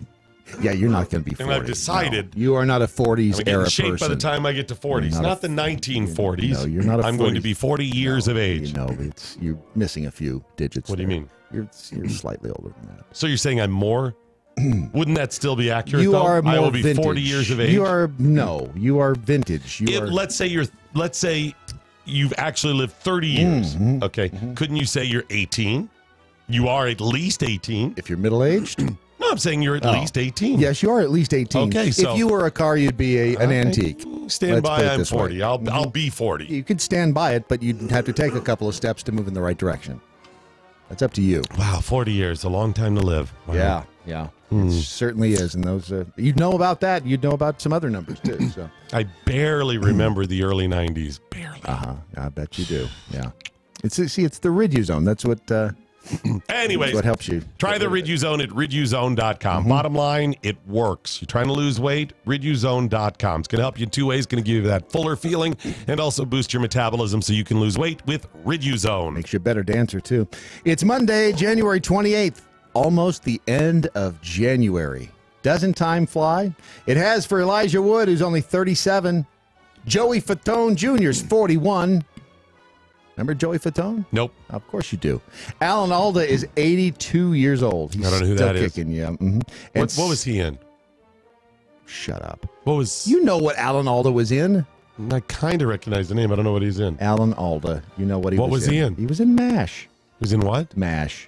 I'm sorry, I don't remember that show. It was before my time. My mom and dad wouldn't let me watch that because they thought it was a war show. They wouldn't let me because I was so young. I mean, Right. well, the first parts of it, I was probably not even born, you know. No, you were born. And Sarah McLaughlin with the flies on the puppy dog is 50 years old today.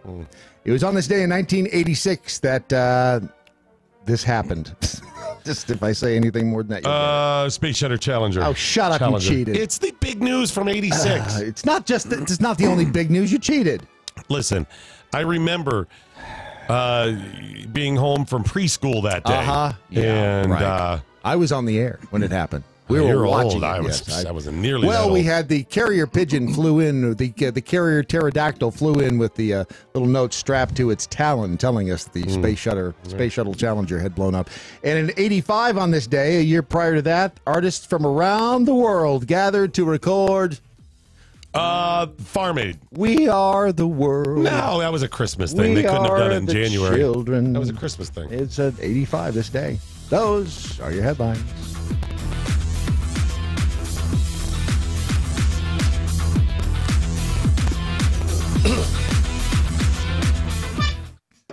Many conservatives weren't happy with President Trump's decision on Friday to reopen the government without border funding. Here's why. Many attempts were made to get the Democrats in Congress to come to the table following the government shutdown, but Democrats like Speaker Nancy Pelosi and Senate Minority Leader Chuck Schumer decided to dig their heels in, blame Trump for the shutdown, and ignore the fact that furloughed federal workers were about to miss a second paycheck. And while Trump wanted to reach agreement with Congress, he faced many challenges that ultimately caused him to reverse course. On Friday, New York's LaGuardia Airport halted flights because air traffic controllers were missing from their posts and air travel was becoming unsafe. Super Bowl is also right around the corner, and while some illegals who come into the country end up committing heinous crimes that result in an increase in angel families, we can't miss our football and all the money it generates, now can we? Additionally, polls were indicating that Trump's approval rating had fallen to 37%, and I wouldn't be surprised if Senate Majority Leader Mitch McConnell had a hand in convincing Trump that a bipartisan agreement could be reached if only the government were reopened as Pelosi had requested. Whichever way you want to spin it, Pelosi at least won round one on Friday. However, it's no guarantee how the rest of the fight will go. Trump immediately tweeted that he didn't cave and returned to his stance of declaring a national emergency to build the wall should nothing get done in Congress. Adding additional weeks onto the time we have already waited to see what Congress will do makes it much harder for the president to prove a crisis really does exist when Democrats will surely file injunctions to stop the building of the wall. And that's today's reality check with Susan Knowles. There's a better way to meet people without having to suffer through all the crazies. Weed out all the nutty people with WeThePeople.dating. That's WeThePeople.dating. It's easy to find a liberty-minded match, and it takes less than a minute to create a free account and begin browsing through over 11 million monthly subscribers. Look, we all know the success of a relationship hinges on the core shared values of a couple. So check out WeThePeople.dating. Sign up and start dating today. WeThePeople.dating. Life, liberty, and the pursuit of a partner. The Daily Mojo. Doc Thompson, Brad Staggs, along with some other guys, spinning the Ron. dials radio style. That's It's your Ron. Daily Mojo. Thanks so much for joining us back in the studio today, getting back to our regular lineup. It's always a challenge now that we have grown because we need to hire more people, and it's a budgetary thing. Hopefully that'll change in the future. We found that money really does not grow on trees. We've been watering the hell out of the thing outside. Still no money. Going to take some time, but slow growth. We're getting it done. It's going to take some additional time. Let's be frank in PA. You know what comes free when you get your dog glitter balls? What's that? Glitter tongue. So is that the equivalent of vajazzled? I think it is. How come no one ever did pedazzled? Pedazzled. It's like penis. Oh, sorry. I was thinking feet. Must be your Not feet. ped as in like... Well, yes, pedazzled. Okay, fasazzled. Penazzled. You want penazzled. Falazzled. Penazzled. Penazzled. It's not pedazzled. Pedazzled. That's your feet. Pendazzled. Penazzled. Whatever.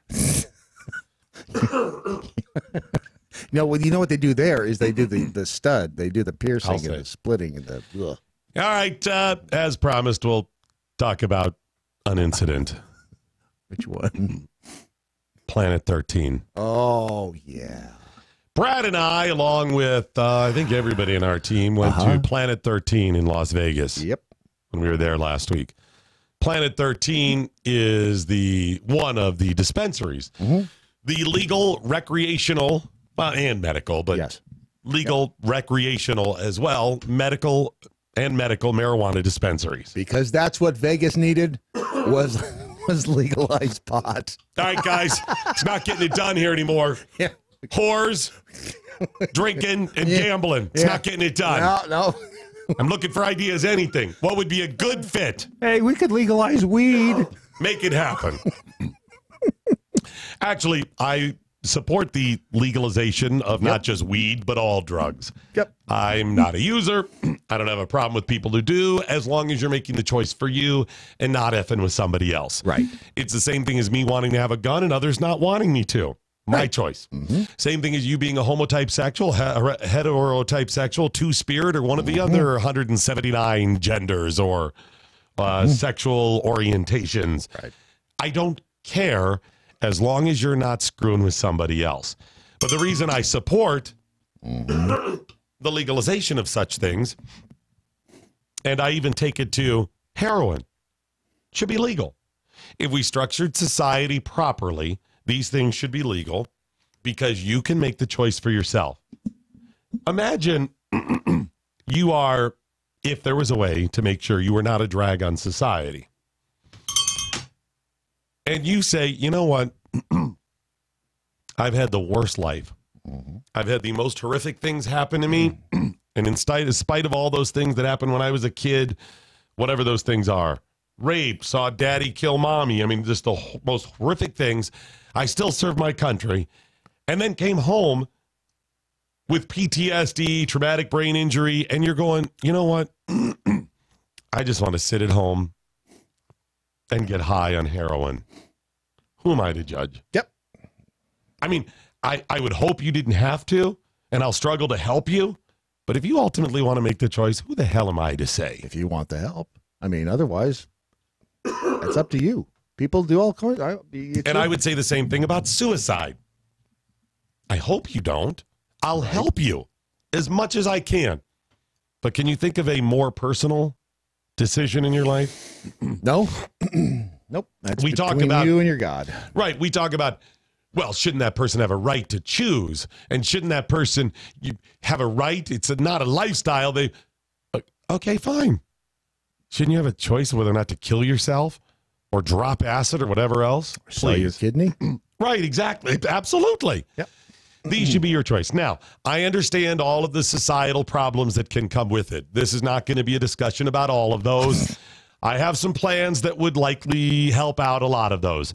The first plan... Wouldn't want to screw up utopia as we see it today. Right, exactly. So let me give you a little help before we get into the story. The short version is legalize all drugs. So then I can cut out the doctor who's just writing prescriptions and getting paid a bunch of money. You want to go to a doctor? Fine. By the way, I think you ought to be able to practice medicine as long as you disclose you don't have any schooling. Right, yes. As long as it's transparent, you should be able to do that. But I want you to be able to go down and just buy a prescription for whatever. An oxycodone, go get it. We do a couple of things. Education. We spend gobs and gobs of money on this failed war on drugs.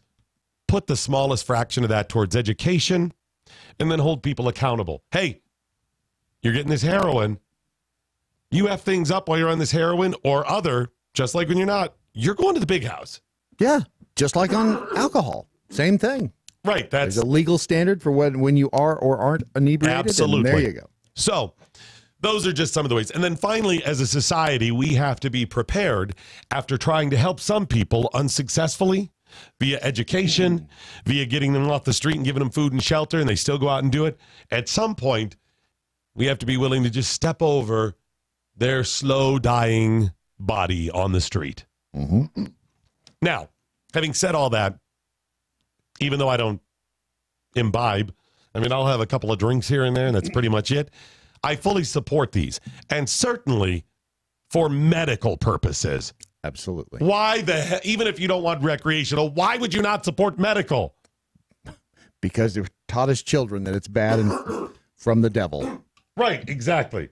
So anyway, they have legalized it, and by the way, it's coming to your town too eventually. Yeah, it is. It's going to take time, but as predicted, here we are. It's recreational now in Vegas, and there's a place right off the strip. There's a road that they've changed the name. It used to be called Industrial Parkway. It runs behind the Sahara, kind of parallel with the strip. So if you're heading towards downtown on the strip, you're heading north. It's on the west side behind all those hotels, casinos that are on the west side. It's right at the base. It's not behind Sahara. That's not there anymore. Are you talking about Sahara? Did I say Sahara? I meant Caesars. Excuse me. And excuse me, you can Caesars. see, if you look up, you see Trump Tower right there. Yeah, it's behind Caesars Palace and the Mirage and all of those. They've changed the name to Sammy Davis Jr. And Dean Martin and Frank Sinatra. I think they're only like a couple blocks long each one. It's stupid. It's called Planet 13, and it's an old factory that some guy, when they legalized it, it's been legal for just over a year November. Okay. And this place just opened around November, so it was about a year to get all the license and everything up, and he opened this. The factory is gargantuan, and he only has a small part of it. The rest, he wants to open a cafe. I was talking to the employees. Right. Wants to open a cafe and whatever. I took video in there, which was legal. That was a weird thing. Right. Can we take pictures? Take all the pictures you want. I will post it because from a business standpoint, and just if you want to know how the world's changed, you got to see this. It's like being in an Apple store, the way it's stylized. Very upscale and modern furniture and displays. Clean. Yeah. Very neat and clean. So you pull up out front, renovated factory with amazing lights. They've got lights on the building. They've got these electric palm trees that shoot up from the top of the building that you can hit a button on like a little display out there, and it changes the colors. Interactive. They've got all of this stuff. And there's this gigantic water feature that has like a cement ball with water flowing over it. It's illuminated and there's steam coming out. Planet 13. You step out of the Uber, as we did. There's a guy there that goes, "Hi, welcome to Planet 13. Have your IDs ready. Just head around the ball right there in through the front doors." You go in the front doors, beautiful. There is, when we were there, is a desk with 3 or 4 worker bees. One of the girls was stoned to the bejesus. Wow. Did you see the young, cuter one? I missed that, I think. Oh, she was baked. Was she hot? Yeah, she kind of was. was. How did I miss that? Because you were all interested in inside. She was baked. Dude that was there with her, he may have been baked, but he was so sterile. Hey, dude. Welcome to Planet 13. They were nice and helpful, but they were probably baked. Once you give them your ID, they give you a little ticket to get in. Put your ID back in your wallet. You walk around the counter down this long hall because, remember, most of the building is unoccupied. Right. And you go down. They have a state agent outside the doors to go into that part of the building where the dispensary is. And on your way there, they have the largest LED display floor. Is it? Yeah. How would you describe that? It's like a video screen on the floor that when you step on it, it looks like you're stepping on a koi pond. And when you step on it, you cause little ripples in the LED. Right, and the fish scatter. Yeah. It's interactive. You didn't see it later where you step down on it and the little lights follow your feet. You know how a cursor on a computer, you can make it so like little streamers follow it and stuff? It did that. Yeah. Really cool stuff. I hear that's really cool when you're stoned. I guess. You go over to the guard. He's like, put your little ticket on the screen, and then boop, the little doors open. You go through. Yep. You go in. It is gargantuan in there.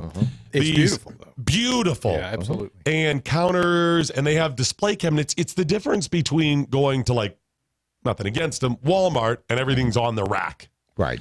Versus going to an upscale like Saks Fifth Avenue or No, your analogy about the Apple Store is absolutely or Apple correct. Store. One Yeah. each thing. Beautiful. Yeah, so you have these little display cabinets, and there's a what they call them, a bud tender. You walk in once you keep going through the doors. Oh, that's right. Yeah. Somebody greets you, and they're like, "Hi, do you need help, or do you just want to look around?" And you're, "Oh, I don't need help." Oh, no, Okay, the good." dude asked us if we wanted a tour. Right. Yeah. And they go, "Do you need a bud tender?" Yes. Yes, I do. Smart. So the bud tender comes over and he's like, okay, in this cabinet over here, and you can, again, it's a case you're looking down into. You can walk all the way around it. This is our edibles case. And you see right here, we have little cookies that are packaged with the pots in them. And you have this one with the little gummies and whatever else. Over here is the CBD oils, and that's different because these CBDs don't have any psychotropic effects. Right. Perfectly legal anywhere. And then over here, you have the flower, which you can buy and smoke. You I'll have a tweet video these. too? Yeah, oh, I'll good tweet deal, these out good deal. for you. And then over here, you have the vape. Yep. And they have all these different displays. And then I don't even know how the whole system worked then when you check out. You tell them what you want then. Yeah. And they get it for you. Yeah. You don't put in your own basket. Correct. You walk over to the exit the checkout counters, and there's someone standing there. Do you know what you want? I want this and this. She says, all right, I'll be right back. They bring it around the back of the counter. Now, we went just for research purposes. Yes, we did. And to buy pot. Well, there's that. It's legal. we went just for research purposes and to buy pot. I did not buy anything. As I said, I don't imbibe. I don't hold any ill will to anybody who does. Good for you, but I still found it fascinating. There were members of the party of Brad and I's when we went for research purposes who bought some edibles and whatnot. Perfectly legal. Now, on the way out, there was an incident.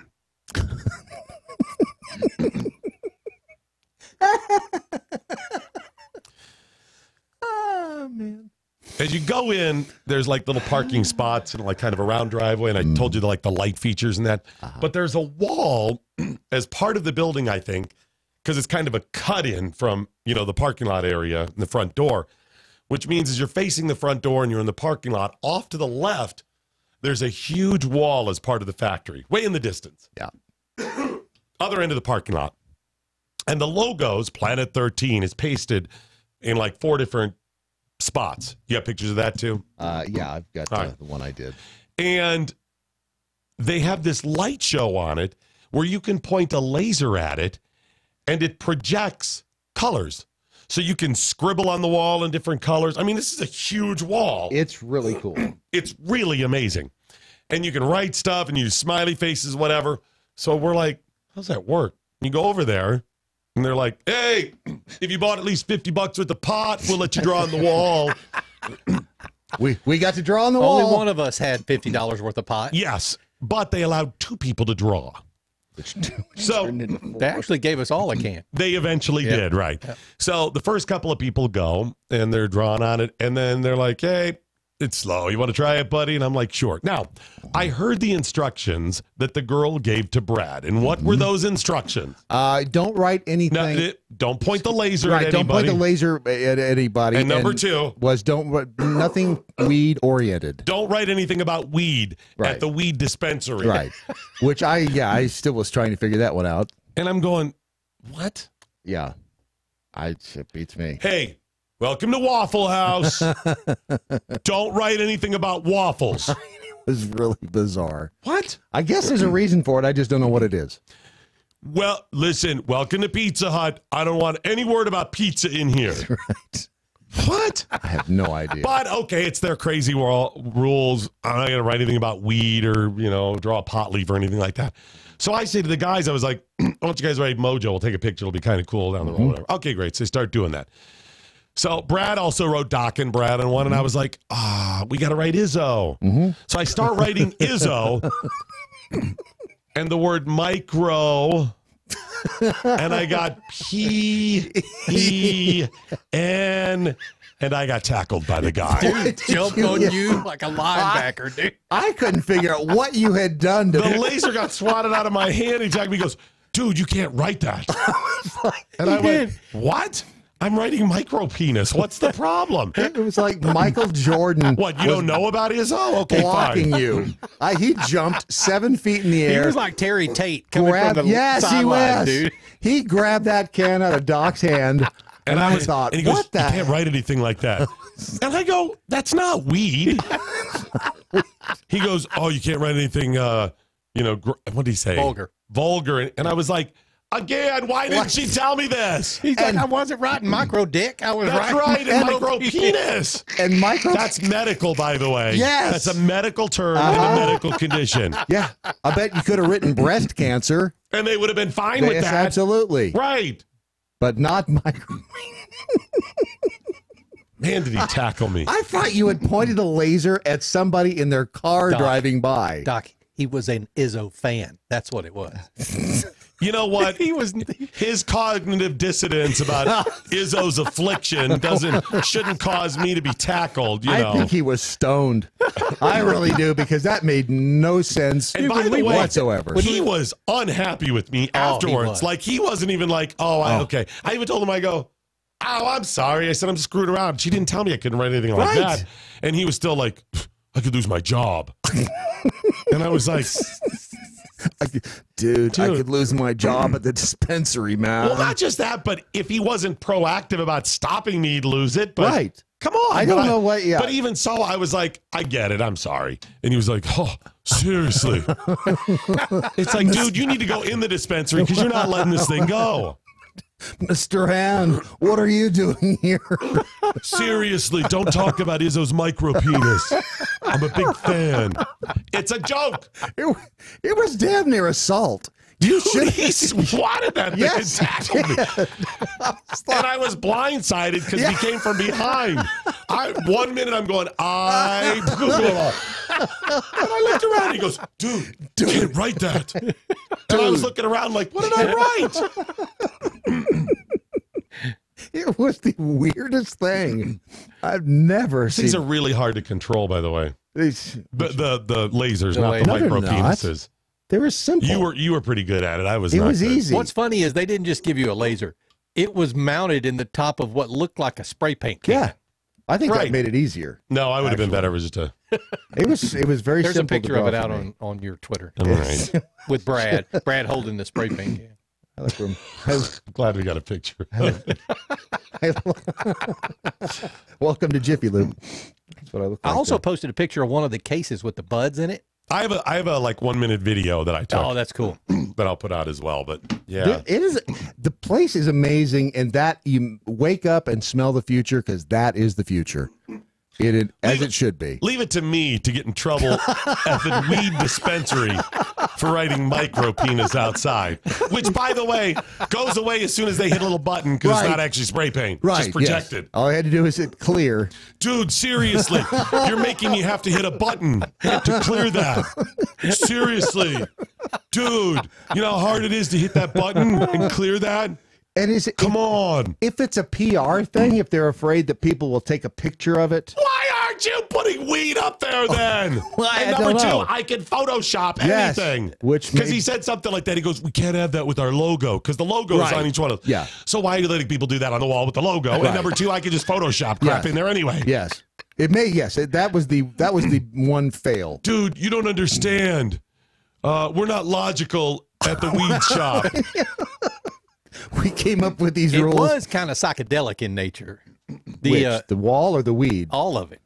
What else are you gonna? You can't write certain things. Yep. You can't do weed or vulgarity. Please. Look, it wasn't in the instructions. You can't write penis. It was not. They didn't tell me that, and that isn't even really that vulgar, is it? Nope. I mean, most women are going to say yes because but no, it's not vulgar at all. It is a medical term. But you see what I'm saying? It's just so ridiculous. If you'd written dickweed. That may have been a problem. That would have been a double. Dude, you wrote dick and weed. Come on. You would have had a lifetime ban. Come on, man. Doc Thompson, the only man lifetime ban from the dispensary in Vegas. What did he do? Rob the place? No, man. Was he stoned in there? Was he selling other drugs out there? It was worse than that. He projected something on the side of the building which could easily be just turned off. These are the stories your grandkids are going to love to hear. Grandpa, tell us about the time you were kicked out of the dispensary again. I never thought my days in Vegas back then would be topped by crap now. Look, Brad's the only guy I know who could get in trouble for not buying enough. I know. I get bitched at for not buying enough edibles inside the store. That's, do you want to share that? You know, you need to go get more oral sex. You need to go downtown. Explain what happened first. Oh, we went through, and my foot has been, so they've got the CBDs and the THC, and I get some with THC and CBDs because it helps the pain in my right foot, which will flare But he only up. uses it in Vegas. He only uses it Of course, yes. Yeah, In it's Vegas, a lot of fun. Or when I think about Vegas. Right. But, so I got some. It's legal in Vegas. You're an adult. You went. You decided to try it. Exactly. So Beth comes back from the your significant other. She comes back from the from forgetting her wallet. She must have been stoned. It's a whole other thing. And then it's like it looks at the She bag. goes, "What'd you get?" This. I got a vape pen. That's all. That's all you got? Well, yeah, that's all I got. That's all you bought? I left you here for a 30. You only bought a vape pen? Well, yeah, that's all I want. Why didn't you buy more? Because I just didn't want it. Why didn't you get any more? I'm not leaving you alone. How many spouses, especially women, would go, "You didn't buy enough drugs. You didn't get enough hookers to come over. Why didn't you get enough? You only brought 3 hookers? Oh, why didn't you buy 4? I told you to get 4. It was like, what the hell planet? You're home at midnight after going out with your friends. You get your ass back out there and stay till dawn, mister." Strangest damn thing I've ever seen. We're all looking at her going, "What happened here? More gambling, more drugs, more sex, mister. How dare you come home that early?" Bet you was frustrated enough. I was about to just drag your ass back in the store. I think I understand why, though. Why? She was trying to keep Brad from the blah-bitty blah-bitty blah. She's like, "Oh, for the love of God, just take more of the pots. And shut up about your foot and everything else." You walk around 12 miles of concrete aisles for a week, and stuff is bound to hurt. That's all I'm saying. My foot took a beating. Did she ever go, "I told you to buy more pot"? Did she ever get to that? Did she do "I told you so" yet? Nope, because I am smart enough not to say a damn thing. Yep, I am that smart. Sometimes. Well, it was a fun time at the Planet 13. It was interesting. It was interesting. Now, let's say you're not fortunate enough to live in Las Vegas or some other place where there is medical marijuana that will help people with their pain. It does. I mean, marijuana is a great painkiller. That's the whole point of it being, legal for at least for medical purposes.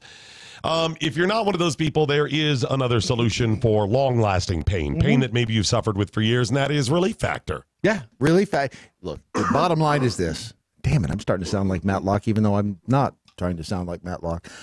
It's an anti-inflammatory. It's a non-pharmaceutical anti-inflammatory. Yeah, you don't have to worry about it being the psychotropic effects. It's not a medicine. It's none of those things. You can take the standard dosage is a packet in the morning, packet at night. I upped mine to 3 packets out in Vegas. It also helps when you're traveling because, you get all swolled up when you're flying. I'm going to try. I just started last night on the Relief Factor again. Because I've told you it's helped me in the past with my sciatic, but I haven't had that in a while. But I've been having that damn TMJ in my jaw. See? And I can't get it to the swelling to go down enough. You're still swelling. To line up. It's still sore in that, and I know it's inflamed. I can tell. Has it lasted more than 4 hours? You should see your doctor. It's a long time. So I'm going to see. Again, it doesn't help for everything, but it's helped with so many other things. Why not try for 10 days? It's botanicals, it's omega-3s, and you can't overdose on it. So, I mean, if you wanted to take 4 a day, you're fine. Right. It's go to relieffactor.com. You can get the 3-week quick start pack for $20 and then see if it works for you. 7 out of 10 people. Huh? Where are they located? They are in the Northwest, up in the Washington State area. Is that it? Mm-hmm. By the way, you can find them at relieffactor.com. Yes. But if you ever visit them in their factory in the Northwest. I think they might be in Seattle. That sounds familiar. Don't write micropenis on the wall. Right. Yes. Don't do that. Yeah. That is forbidden. It is a bad thing if you do that. So just go to Relief Factor. It's .com. Take your glitter balls. All right. Do you want to get any comments in? Let's see here. Gutter Wonder sleeve of your glitter ball shop names. Sparkle down there. That's a good one. That's a good one. JR15, Doc Thompson, living with micropenis would make anyone not care about the pain in their foot. Ask Izzo. He knows. He knows quite well. It's a gag. It's a joke. Yeah. Listen. Look. Listen. Mm-hmm. I don't know if Izzo has any problems downstairs. The verdict's still out. Yeah. I'm going to give him the benefit of the doubt and say it's perfectly normal. Right. Maybe even abnormally large and works beautifully. Possibly. But it's so much fun to just brand somebody with a micropenis. Yes, it is. Because it's the joke that never gets old. Jeffrey, rule number 1 of Pot Club. Don't mention Pot Club. Rule 2, far out, man. That was honestly, though, when you watch this video that I'm going to tweet out, I mentioned this last week a couple of times, and it's true. The world is not about to change. No. The world changed, folks. Yes, it is. It is a different world. It was surreal, quite honestly. Yeah. Walking into Planet 13, and it was so, quote, mainstream. I just sat outside when we were waiting on you guys. We sat outside, and I was watching the people walk in and out, and it's like any middle America, every demographic, absolutely right. I mean, it was black, it was white, it was yellow, mainly the blacks. No, it was actually mainly white. Yes, it was. A lot of old people, old people. Yep. And not all of them were there because they got the sciatic or the gout. They were just like, let's have some fun. It's a liquor store. Well, you cannot walk down Las Vegas Boulevard now without being in a cloud. Oh yeah. Folks, marijuana. By the way, there's another thing. If you don't want to be around this, you got to second guess Vegas. Yeah, absolutely. I smelled pot. Oh, yeah. Once every, I don't know, 10, 15 minutes. Didn't matter. In the casino, out of the casino. Yep. Yeah. Elevators, bars, hotel room, walking down the street, you just smell it all the time. It is, in the next 10, 15 years, it's going to be completely mainstream, just like alcohol. Again, it needs to be regulated. It needs to be to the point where if alcohol is going to be regulated, let me put it that way, then they need to be the same. Yes, there needs to be a standard by which the point of inebriation is judged. But understand, if you are in what we discuss on the air in the morning here for libertarian principles, for a cause, you're driven to do what's right, conservatism, you've got to understand, first of all, the world has already changed. We have to start targeting younger people. And number 2, you have to understand that there are business opportunities. Yes, there are. Not necessarily even sell the stuff, but yeah, there are opportunities.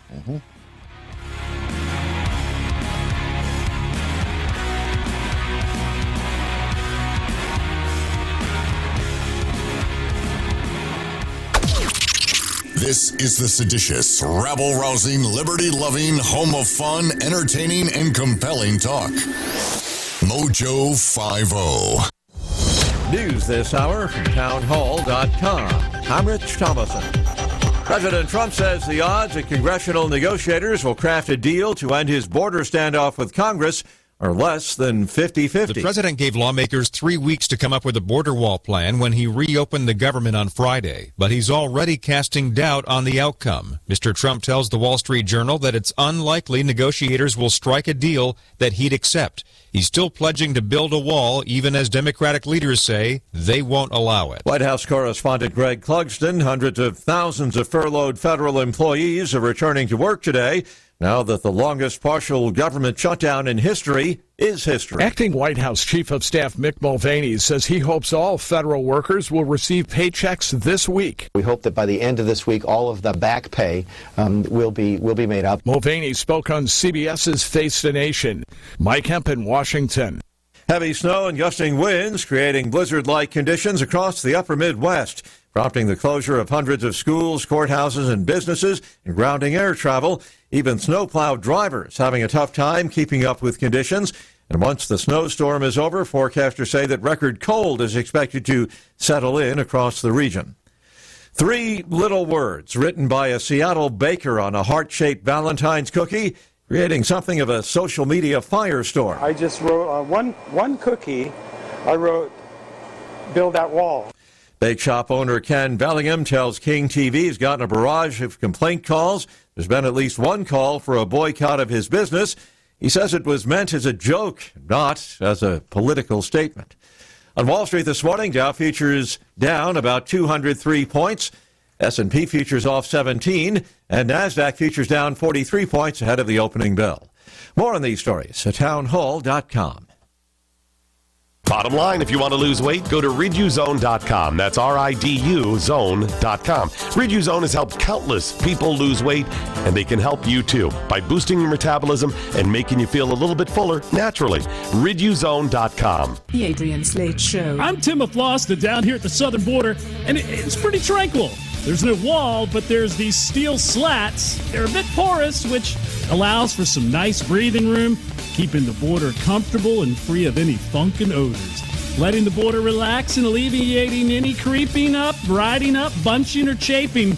We don't see any drug mules or any cartel members, and I'll be right with you in just 1 second. All right, thanks. Adrian, our extensive coverage of this docile border has left us pretty famished.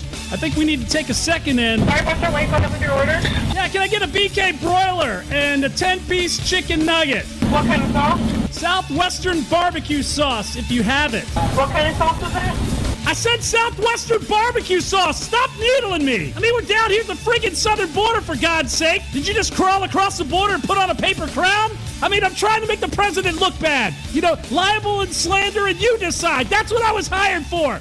A former Democratic National Committee member told Politico on Monday that he will become national senior advisor to the Draft Beto campaign. That sounds like a horrible beer, probably a Pilsner. The Defenders with Stephen Airy, tonight at 9. MoJo 50. Hey guys, Ron Phillips with the Conservative Cartel. Are you tired of the bar scene, hoping to find the love of your life? Well, there is a better way for you single guys and ladies out there. Check out WeThePeople.dating. They make it easy to find a liberty-minded match, and it takes less than a minute to create a free account and begin browsing through over 11 million monthly subscribers. Look, we all know the success of a relationship hinges on the core shared values of a couple. So check out WeThePeople.dating for the love of people and people of love. Sign up and start dating today. WeThePeople.dating. Life, liberty, and the pursuit of a partner. If we weren't so bad. To puppy rape. I like to cuss. Do I want to keep my penis? Cat wants some black titty. We wouldn't be so good.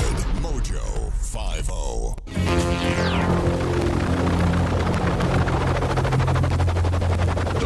Mothership has landed.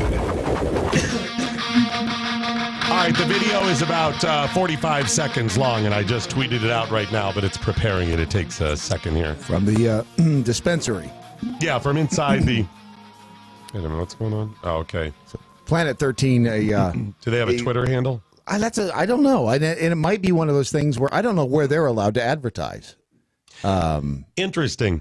So, from a business standpoint, by the way, before we move on today, if you want to understand, there was a young lady who greeted us at the door. Do you need a bud tender? And said, we'll look around, blah, blah, blah, whatever. Mm-hmm. So a couple minutes later, I'm just like, already filmed, looked around. She's like, do you need help, old man? That's what she was thinking. You remind me of my grandpa. So nice. You look lost. I help him sometimes. Hey, you were younger than the median age in there. I really was, yeah. So I said to her, I go, no. I said, I'm with some people. They're getting some things. She goes, oh, saving your money, huh? And I said, well, I don't use. It's cool, but I don't use. She's like, yeah, I don't either. But she's like, yeah, we do a huge business, whatever. So I start talking to her about the business, and I'm asking her about the owner and when it passed, just information. And she's talking about pod and how it's been accepted around there and all this stuff. So I said, all right, how old are you? And she said, 23. And I go, so you are, and before I could even say it, she goes, I'm right on the cusp of Gen Z. I didn't even have to say it. And I was like, well, you've got to check out MoJo 50. Here's a card. Yeah. And I'm just, selling people. she goes, oh, cool. So she goes, well, what do you guys do? So I was talking to her about it. And she goes, yep, we are not politically correct, meaning her generation and younger. She goes, and I'm trying to get her quote. I think it was something like, we're just watching the world burn. We might as well have fun with it. Isn't that the truth? Wow. So now she said that in jest. It wasn't as defeatist as that. Yeah. But that's their sarcasm, their satire. She was like, she said, she even mentioned the word satire. She goes, about things being satirical. She goes, yeah, look, get around. It's crazy. We might as well have fun and watch it burn. And I was like, okay, we have nailed this one, guys. We talked about the generations. Yep, we have. Mm-hmm. By the way, a pickled squirrel. My eldest just asked about glitter balls in front of the 6-year-old. Not a discussion I wanted to have this morning. Sorry. I responded and I said, disco. Go disco. Disco balls. You've seen those glitter balls. Exactly. All you need is a nice bright light with them, and they look spectacular. Susan Knowles, who has a show here, and she also does some short form stuff at the bottom of the hour. You probably hear Susan Knowles from time to time. Yeah. Reality check. She just responded. She goes, looks and feels the same as an Apple store where I got my iPhone. Yeah. It does. It's that same feel. And some of them, was it California? California had one that was, it had a lot of high-tech display. Mm-hmm. You'd pick up whatever it was, the packaging for one. You put it on a little pad, little landing pad, and there was a monitor above that, and it would go bloop, and it would tell you all about whatever it was. Each one had a little RFID chip in it, and it would tell you what it's like the Apple store. Hi, welcome to the Genius Bar. Hey. Right, yeah. Do they have a Genius Bar? Same feel. I'm a genius. Uh-huh. I have to say this real quick because you guys weren't over there when Tom, who is a little bit older than all of us, a lot, our partner, a lot older, was having a conversation with one of the girls working there. About CBDs that help the libido. We'll just stay there, but God, it was hilarious. How fast does it work? I understand you got something else. Going to put more lead in my pencil. Is that right? Let's just say Tom says, yeah, I don't need that. Boom, baby. What, you think you're better than me? You think I don't have lead in my pencil? Let me tell you, Missy, I get the job done. Take a look at this. I've had no criticisms my entire life, and that includes this weekend. Step outside. I can get this done. You need me to show you? I'll show you. Yeah. I got pictures. I got video. I'll take you out to the wall that says micro penis. I'll show you. I mean, look, he's probably, 10 or 12 years older than me and probably 20 years older than Matt. And we just looked at each other and I went, wow. It's on. He threw the mic down. Yeah, that was. All right, we better move on. All right. It's only going bad from there. Oh, yeah. I hope so. In 2016, there was a group of young men, including a man from Minnesota, that was arrested trying to join ISIS. Did you see this story? No, I didn't. Ultimately, the Minnesota man was convicted and sentenced to 30 years in federal prison for conspiring to provide support to a foreign terrorist organization and conspiracy to commit murder outside the U.S. as part of the terrorism. Whoa. 30 years. Right. At sentencing, this man who was trying to join ISIS, who is of Muslim descent, right, said, I am certainly not being persecuted for my faith. I was certainly not entrapped. I was not going there to pass out medical kits or food. I was going strictly to fight and kill on behalf of the Islamic State. At least he's honest. Now, he may have had to say that as part of his plea bargain or whatever, right, but he made the statement. Yeah. All right. At the time, before he was convicted and sentenced, before he was sentenced, let's say, then State Rep Ilhan Omar, the now member of Congress for Minnesota. Right. The let's impeach the MFer. Right. That one? Yes. She wrote a letter to the judge begging for leniency. What? Oh, I'm sorry. When I say letter, I meant 13 letters to the judge begging for leniency. Now, she happens to be Muslim as well. And when I share this information, you could say, maybe she would even say, I'm just trying to help people. Okay. But does she try helping all people? I believe she was driven to help him or concerned more about him simply because he was Muslim. That's certainly a possibility. She said to the judge in one of the letters, the best deterrent to fanaticism is a system of compassion. We must alter our attitude and approach. If we truly want to affect change, we should refocus our efforts on inclusion and rehabilitation. For terrorists, I guess. Okay. And long prison sentence for one who chose violence to combat direct marginalization is a statement that our justice system misunderstands the guilty. Let me give you that. A long prison sentence for one who chose violence to combat direct marginalism is a statement that our justice system misunderstands the guilty. She's, in other words, saying that he chose violence to combat being marginalized. In other words, making an excuse for it. Right. Okay. And she said that is a statement that our justice system misunderstands the guilty. So who is truly guilty? Guess none of the terrorists, the 9/11 terrorists, didn't they feel marginalized as well? Well, yeah, I guess, and they did choose violence as a way to combat feeling marginalized? I would guess, right? So if you're trying to take down America, the great Satan, the Christian nation, Right. the nation that stands with Israel, or whatever crazy things they put out there, right? You're feeling marginalized. Yeah. Okay. So keep her statement in mind. When I say that she doesn't feel that way, not just trying to help people, but also make excuses for people who are marginalized when it comes to Jews. Oh, yeah. No. She does not. Do Jews run America? No. They're not the largest faith. No. I mean, there's some in positions of power and have some money. And so are some Muslims and Christians and atheists. Okay. Right. She doesn't feel that way about Christians. Doesn't seem or whites. No. Or conservatives. Or gays. Or Republicans. Or Trump. Or the MAGA kids at Covington Catholic. Doesn't seem to. She has repeatedly criticized Israel and the Jews. She insinuated that Lindsey Graham is gay as an insult. She lied about the Covington Catholic kids and what they said. She spent campaign funds on herself. That's not me. That's documented from when she was a state rep. Right. And she may have married her brother. Is that wrong? She isn't consistent. She isn't moral. She isn't legal. She isn't nice. And she isn't godly. She simply, likely, tried to help them because they are Muslim. Seems that way. Now, you want to help somebody that's being persecuted because of their faith. Or you think they're misunderstood because of their faith or anything else. Fine. That's your job. Sure. That falls under the umbrella of what her job was. Mm-hmm. Okay. My problem isn't that she would say, hey, I believe these Muslims may be getting a raw deal.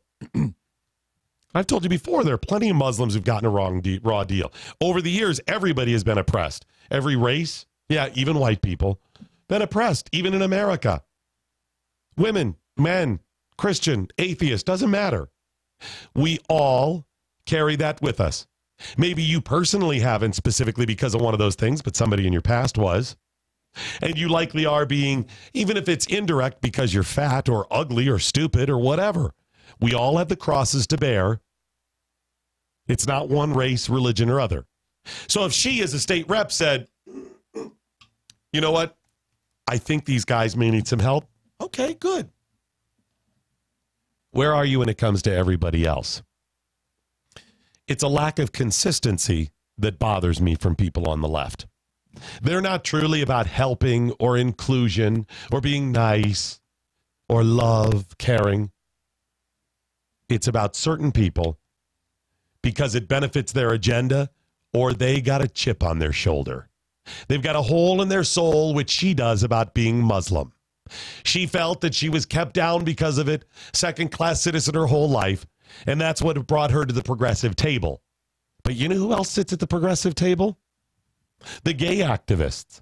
Yes, the homotype sexual activists. And yet she used homosexuality as a criticism against Lindsey Graham. Listen, Lindsey is likely a weenie puffer. Come on. Come on. Weenie puffer. Would that shock you if Linda? Hey, y'all, I'm going to come out and tell you I've been gay. No. I've been gay. You know, what? It would not make headlines. Of course. He likely is. I believe he is. Mm-hmm. I'll joke about it because everything can be funny to me. Mm-hmm. But I don't care if he's gay. It doesn't make him less of a person. It doesn't exclude him from being my friend, a coworker, an employee, a senator. I'd vote for. It does. None of that matters. As long as I don't have to touch him. But it does to Ilhan Omar. This is yes. I don't like Lindsey Graham not because he is likely a homotype sexual. I don't like him because he is definitely a progressive. Mm-hmm. She's not about ideas and values. She's exploiting everybody else at that progressive table, not just everybody on the right, in order to push a radical, progressive agenda specifically targeting Islam, to promote Islam, not to put them on the level playing field with the rest of the world, to make sure that Muslims are treated fairly. They should be treated fairly. All people should. She's doing it to take down the Jews. She has repeatedly criticized them. I'll give you some examples. She tweeted a couple of years ago, before she was running for Congress, Israel has hypnotized the world. May Allah awaken the people and help them see the help them see the evil doings of Israel. When did she say that? Recently? A few years ago. Wow. You think she's suddenly seen the light? Yeah, no. No. Israel has hypnotized the world. Do you realize that's an old trope? That's an old go-to stereotype. That is, sorry, that's what Hitler said. Now, she's not systematically exterminated millions and millions of people, but that is the same Nazi attitude. I don't throw that around a lot, but that is the Nazi attitude. You know what they're doing behind the scenes? They're hypnotizing people. All of their monies control the world. You read the crazy anti-Jewish conspiracy sites. The Jews, the Zionists, they're controlling everything. Stop it. No Christians, no Muslims, no atheists control stuff. Stop it. Knock it off. You used to say that about Hollywood. Jews controlled Hollywood. They control Hollywood. They control the media. Really? Wall Street. Right. Yeah. Because they're all Jewish. Nobody else is doing well. Nobody else has influence in the world. So why would she say such a thing? She believes it, or she's pushing that agenda to get people radicalized, which is even worse. This is what she believes. This is who she is. Scary. Remember the, hey, marginalized people? Mm-hmm. I'd say that the Jews were marginalized during World War II. That's a good way to put it, yeah. Fewer Jews in the world than Muslims. Yeah, by a long shot. Yeah. I'd say they're marginalized, but that marginalization doesn't matter when it comes to the Jews. Right. No, just only if you're Muslim. Right. So after she was called out about that, people went back through the tweets and found old stuff. She said, I don't know how my comments would be offensive to Jewish Americans. Wow, so she doubled down. Right. Good for her. And then they went after her. Listen, I get you may say things and you may truly have a greater understanding of something in the future. You could speak completely from ignorance and have a 180 a few years down the road. I get you. Fine. Trump seems to have had that when it comes to Democrats. Got it. But she doubled down. The criticism continued, and she eventually said, in all sincerity, it was after my CNN interview, where she said that, that I heard from Jewish organizations that my use of the word hypnotize and the ugly sentiment it holds was offensive. It's now apparent to me that I spent lots of energy putting my 2012 tweet in context and little energy in disavowing the anti-Semitic trope I unknowingly used, which is unfortunate and offensive. Well, so she apologized and it's all better now. No, she still stands against Israel. She still is trying to do things to exclude Israel. She is voting. She has an anti-Israel and anti-Jewish agenda, which she's already exercised in her first month. Well, then if the left is consistent, they will not let her get away with simply an apology. No, they will. They absolutely want her to, which is the crazy part of this stuff. Again, it always comes down to the lack of consistency. Kevin Spacey apologized. Yep. Louis C.K. apologized. She will not have to. But she did apologize. So, and this is not about, the stupidest thing? Muslims are fairly conservative. They're not conservative where Jesus is concerned. Right. They don't believe he is the Messiah. They still respect Jesus. It's part of their foundation. They think he was a great prophet. They just don't think he was the Messiah. We have shot ourselves in the foot because they've not had a reformation. And by not encouraging that, you know what I mean? The New Testament, so to speak, right. to the Quran. We have done ourselves a disservice and allow people like her to truly start brainwashing people against Jews. Her sentiment of let's communicate better is right. I think 30 years seems a little much. I mean, they were going to join ISIS. Yeah, technically they were going to go over there and fight a war that would be murdering people. 30 years seems like a little much. People who have murdered people don't get 30 years. Right. Yeah. So I'm like, and remember, we're going to pay for this for the next 30 years. 30 years, yes. And he was with like 6 other dudes, too. We're going to pay for all of them. Well. How about you lock him up? You are doing a minimum of absolutely 5, seems about right, with another 5 of, microchipped probation if you want. Fine, done. Yeah, but then what happens when they get out and they join a cell and they... If they do. Yeah. Or you could say that about anything. If you think, much like the gays, or not the gays, the pedophiles, if you think they're going to be a recidivist, fine, keep them in that long. But that isn't why they're keeping them in. They're keeping them in them as punishment. Well, and if they're going to, let's say they did let him out. Let's say we go with that right. They get 5 years and then 5.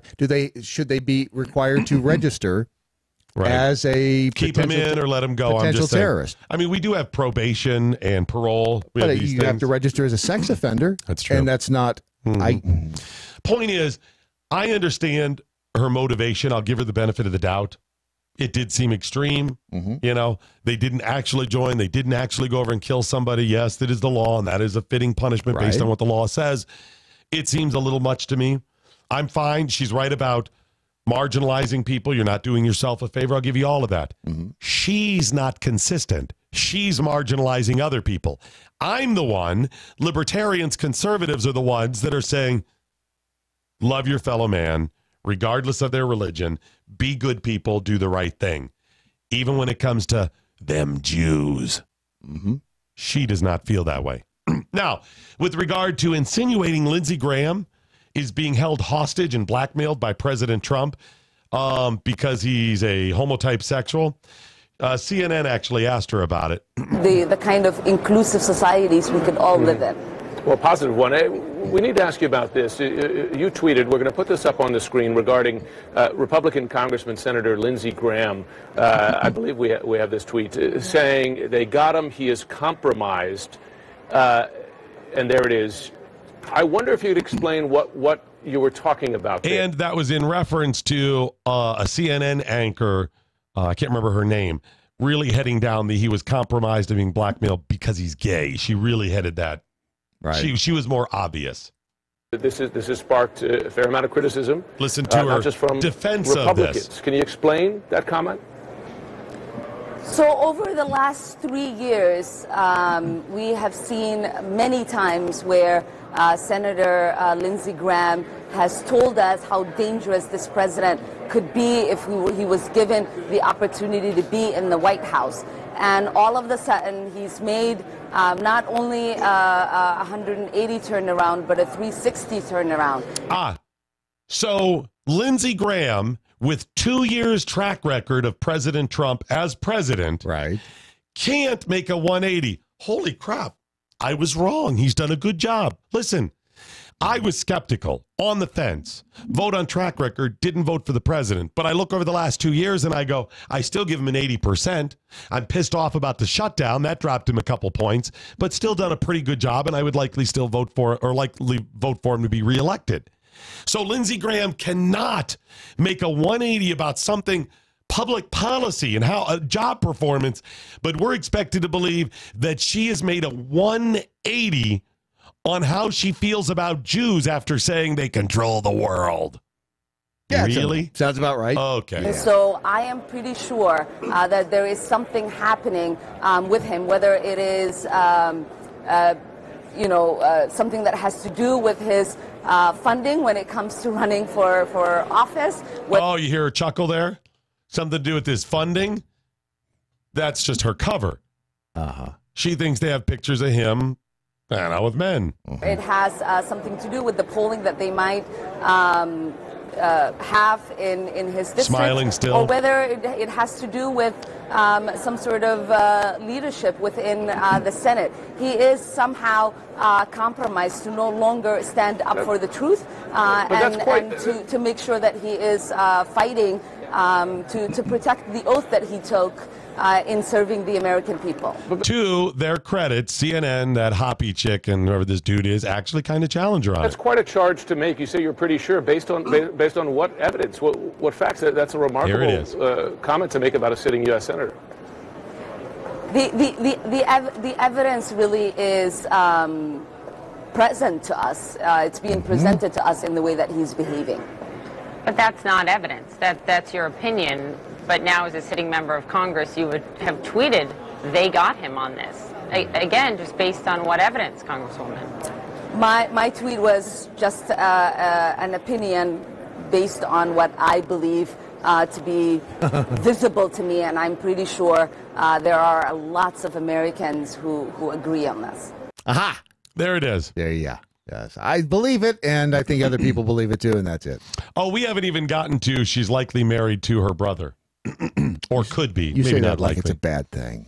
Likely married to her brother. You know what she said about the Covington Catholic kids? The boys were protesting a women's right to choose and yelled, "It's not rape if you enjoy it." There's been no proof of any of that. They were taunting 5 black men before they surrounded Phillips and led racist chants. They did not do that. Right. And then she said Sandman's, that's the kid, family, hired a right-wing PR law firm to write his non-apology. They may have done that. Yeah, well, she said it. It's got to be true.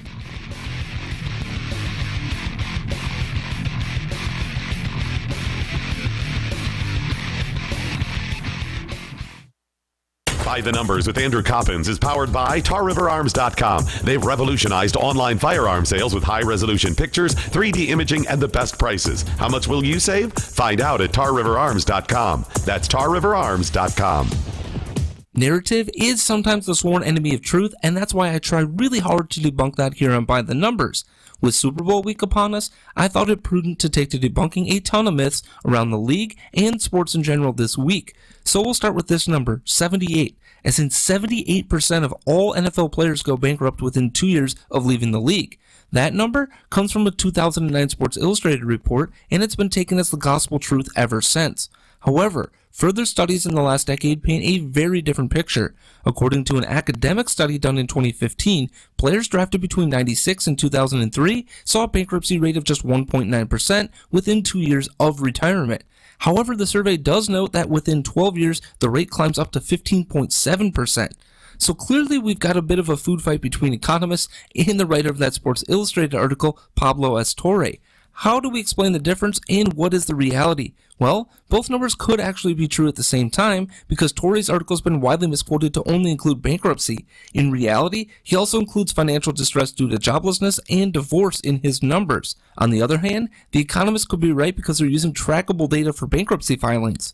But if we're searching for honest numbers, it's far easier to believe the 1.9% number because it has provable data sources. Torre's numbers fail because they simply don't have any provable data. Let's talk about Torre's research into divorce as a prime example. His stat is this: 60 to 80% of marriages to pro athletes end in divorce. His source: common estimates from pro athletes and agents. Given the fact that Tory's article clearly lacks anything other than anecdotal evidence, it's time to stop spreading his 78% number as the gospel truth. This has been By the Numbers. I'm Andrew Coppins. You can follow me on Twitter at The Coppins Show. The Daily Mojo. All right, get your comments in on social media. It's at Doc Thompson Show, at Real Brad Staggs, and at MoJo 50 Radio. I think that guy has one. Ron Phillips. At Ron Phillips. Oh, yeah, Real Ron Phillips. At Real Ron Phillips. Yes. Dan Maynard on Facebook. To control a group, you must demonize the group. Jews, toxic masculinity, white people, especially white men, rich people, etc., etc., etc. And this is why I bring this up. Folks, I will stand with you if you are a good person. If you're a jackass, not doing it. I don't care about your race, religion, your gender. We lampoon everybody because it's all fun. It's not mean-spirited. We're not politically correct. The world is not supposed to be politically correct. It's about being real, and joking is not only good, it's great. Humor, my God. Do you know why it's called comic relief? Have you ever seen one? Have you ever seen one? It's comedy gold, Jerry. When you write, and you write things that are so heavy, serious, sad stories, an audience can't take hours and hours of dun, dun, dun, dun, dun. Now, that's a Methodist church service. Right, exactly. Hey, thank you. You've got to have something that gives you, okay. It's also why you will have wakes, celebrate somebody's life, right? Talk about the good stuff as well. It's why in church during serious stuff, look at the love. Because you need that outlet. Humor and joking, mocking, lampooning is a great gift from God to help you cope with all of the crap. Imagine for a moment if humor did not exist in your life and you had to deal with all of this stuff. What would your be horrible. Bare naked ladies. Remember that? Laugh. That's a laugh out. Laughing at a funeral. It's been 1 week since that one. Laugh at a funeral. Yeah. You have to. I mean, it's something is going to give. You're either going to burst out in tears. That's it. Or you're going to burst out in laughter. Yeah, you got to laugh. Otherwise, you cry. Well, by the way, I know those of you, we still got to get to TSA story. I'll get to it in just a second. Also, in just a couple minutes, the new numbers on procrastination. We'll get them both in. Yeah. But just to finish this, this Representative Omar and many people of her ilk, and by that, I don't mean Muslims, I mean Congress people, and also more specifically progressives, say these wonderful things about we've got to reject hate. Right. And we've got to be inclusive. We shouldn't deny. We shouldn't build walls. We should build bridges. Yes. And guess what? They're right about that. But they don't really believe it, number one. And number two, the devil's in the details. When they continue to say things like, why do you hate immigrants? I saw a lady comment on a Dan Bongino post. Dan was talking about immigration. I don't know. I've met Dan's wife. I didn't know she's an immigrant. Color is she? I don't know. I thought she was white. Maybe she's Hispanic. I don't know. We had lunch. My wife. Mine's a little more obvious. Not really, because anymore. She could be American. You can't tell who's an immigrant by looking at True. But anyways, the reason I say this lady was like, how can these people, I didn't know much about who this guy is, assuming she meant Dan, but maybe it was somebody else in a thread. Right. But why do these people with immigrant spouses always, why do they hate immigrants so much? It's not immigrants. It's the illegals, you nutcase. They know that. They have to know that that's what people are. So they say these things, but they're not listening. They don't want to listen. They don't care to listen. Yes, we have a difference of opinion on who should be illegal and who should not. You want amnesty over there. Fine. You think they should be made legal. But stop conflating illegal and legal. If you truly want good stuff for America, Stop it. Otherwise, you're using it to push your agenda. You're not looking for common ground. No. You're not looking for good stuff. You don't give a flying fig about my opinion. You're using that so you can take the entire cake for yourself. No common ground. You just want your way. Yeah. Now, one more on Representative Omar, because people are like, wait, what? She married her brother? This is such a bizarre story, and you can look it up for yourself. She, it seems, may have married her brother. And again, I say, you say that like she it's a is bad not thing. legally married to the man she advertises as her husband and the father of her 3 children. Mm-hmm. She's not married to him. She says, this is my husband. She's not legally married to him. Okay. Father of my children, yes, not her husband. Okay. In fact, she is legally married to another man who may be her brother. And it is so odd and convoluted. I read several articles to try to understand it, and the best I have is her explanation to kind of explain it. She writes, finally, after months and months of deny, they wouldn't even talk. How dare you bring that up? Racist? That's what they would say. Finally, she writes, in 2002, when I was 19 years old, Ahmed Hirsi, the father of my children and the love of my life, and I applied for a marriage license, but we never finalized the application and thus were never legally married. All right. In 2008, we decided to end our relationship in our faith tradition after reaching an impasse in our life together. Okay. I entered into another relationship with a British citizen named whatever, and married him legally in 2009. Our relationship ended in 2011, 2 years later, and we divorced in our faith tradition. Does that mean she ate his head? After that, he moved home to England, and I have yet to legally divorce him, but I am in the process of doing so. Insinuations that he is my brother are absurd and offensive. Since 2011, I'm happy to say that I've reconciled with Ahmed Hirsi, who have married, and we have married in our faith tradition and are raising our family together. She went back to first dude, the love of her life and father of her kids. Gotcha. Not Bob, the second guy. The thing is, some people say that that dude was her brother, not the second one. But some people say the second. I don't know. It's really confusing. Right. Not that I give a crap if she did marry her brother. I don't care. That's up for you, but stop pretending or lying or dodging it. Yeah. There is her brother shares a name, and there's pictures of her brother and her or were on her Instagram account from like 8 years ago that seem to be hooking up.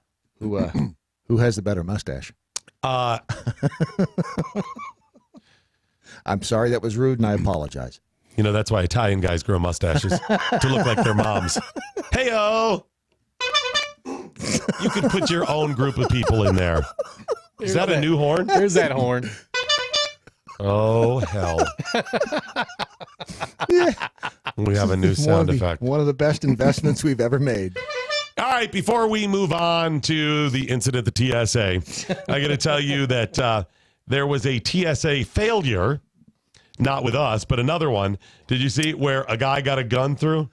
Is this the one that went from Atlanta to Tokyo? Yeah. Oh, well, you know, it's a couple weeks ago. Not like he got it all the way around the world or anything. He did. He actually got it through, and they only caught it on the other end, meaning he got a gun past TSA. And wait, they caught it? How'd they catch it on the other end? I think he went to them and told them. Yeah, that's what it was. Yeah, he told them. They didn't even catch it. He told them. Yeah. He just went and said, by the that way. was a bad move. Yes, it was.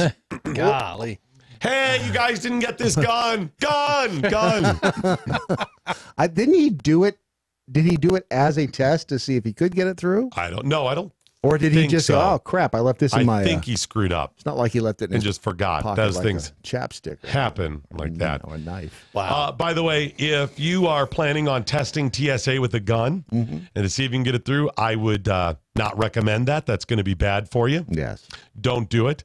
If that's the reason you're in the market for a gun, just be in the market for a gun for some other reason, like self-defense, or they're just a lot of fun. Yes, they are. If you are looking for a gun to test TSA, again, don't do it. But if you are, I got a place where you can get a great deal, and that is traguns.com. Yep, it was like Nirvana last week for Kurt and everybody at TRA Guns. It was good to meet him, though. Yeah, it was.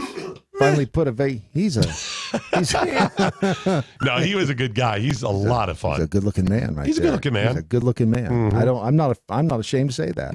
He's a good-looking man who has a lot of guns, and I'm cool with that. Well, and he really gets it when it comes to business too. Real smart guy, nice guy. And the number of people when he talked about opening up his new shop, brick and mortar, and I think we've hooked him up with. If we haven't done it, we've got the list of people that he needs to talk to about their products to carry along with the guns, because it's not just guns. He carries accessories too for your guns. So if you need an accessory and you're shopping around and you find something, if you find something local you like, just check the price at TRA Guns. And if you're concerned that, well, I don't know what the gun, I could see a picture of it. It's not going to be. They've got these 360-degree views of the guns that you can see. You literally on your computer, you can turn the gun around and around and around, and it's high res enough you can see specks of dust on these things. It's pretty amazing. Plus, if you have any suggestions, and this is the amazing thing, Kurt said to me, if you guys are, if any of your listeners have suggestions on how we can make the site better, he says, I'm willing to listen, which is not something you hear very often from people. I'm willing. If you got suggestions on how to make it better, I'll listen. All right. So if you ever have an issue with the site or with anything, just send him an email, and Kurt will listen. The bottom line, he's a good guy, and it's a good business, and he's a veteran. And any more with customer service being buried 6 feet under for the most part, businesses that provide good customer service deserve to be noticed. Yep. And that's what TRA Guns is all about. So if you're looking for a gun or something gun-related, traguns.com. All right, and now the incident. The rest of the story. So, first of all, I'm trying to remember what happened as we flew out of Dallas. I didn't have to go through the Rape-A-Scan machine. None of us did there. No. None of us did leaving Dallas. No. Right. Yeah. Well, no, they just had the metal detector That's up. right. If a metal detector is fine at some airports, why do you need the Rape-A-Scan other airports? At others, that's right. Sir, you don't need to be asking that question. Just drink your water or throw it away. Now, did you opt out? You didn't opt out of the metal detector. I don't mind going through a metal detector. I got you. Walk through. I enjoy the metal detector. It's fast. You walk through, you're done. The Rape-A-Scan is unnecessary, and it's my silent protest to get pat-downs because it cost us.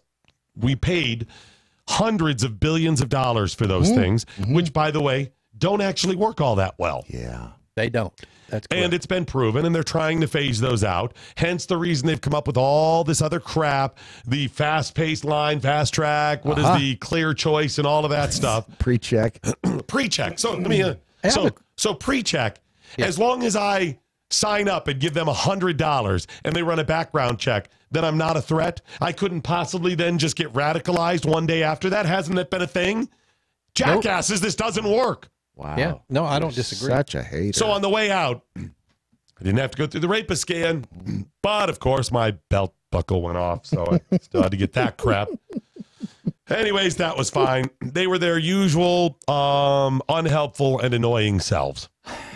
Nevertheless, when we left Las Vegas, Ron.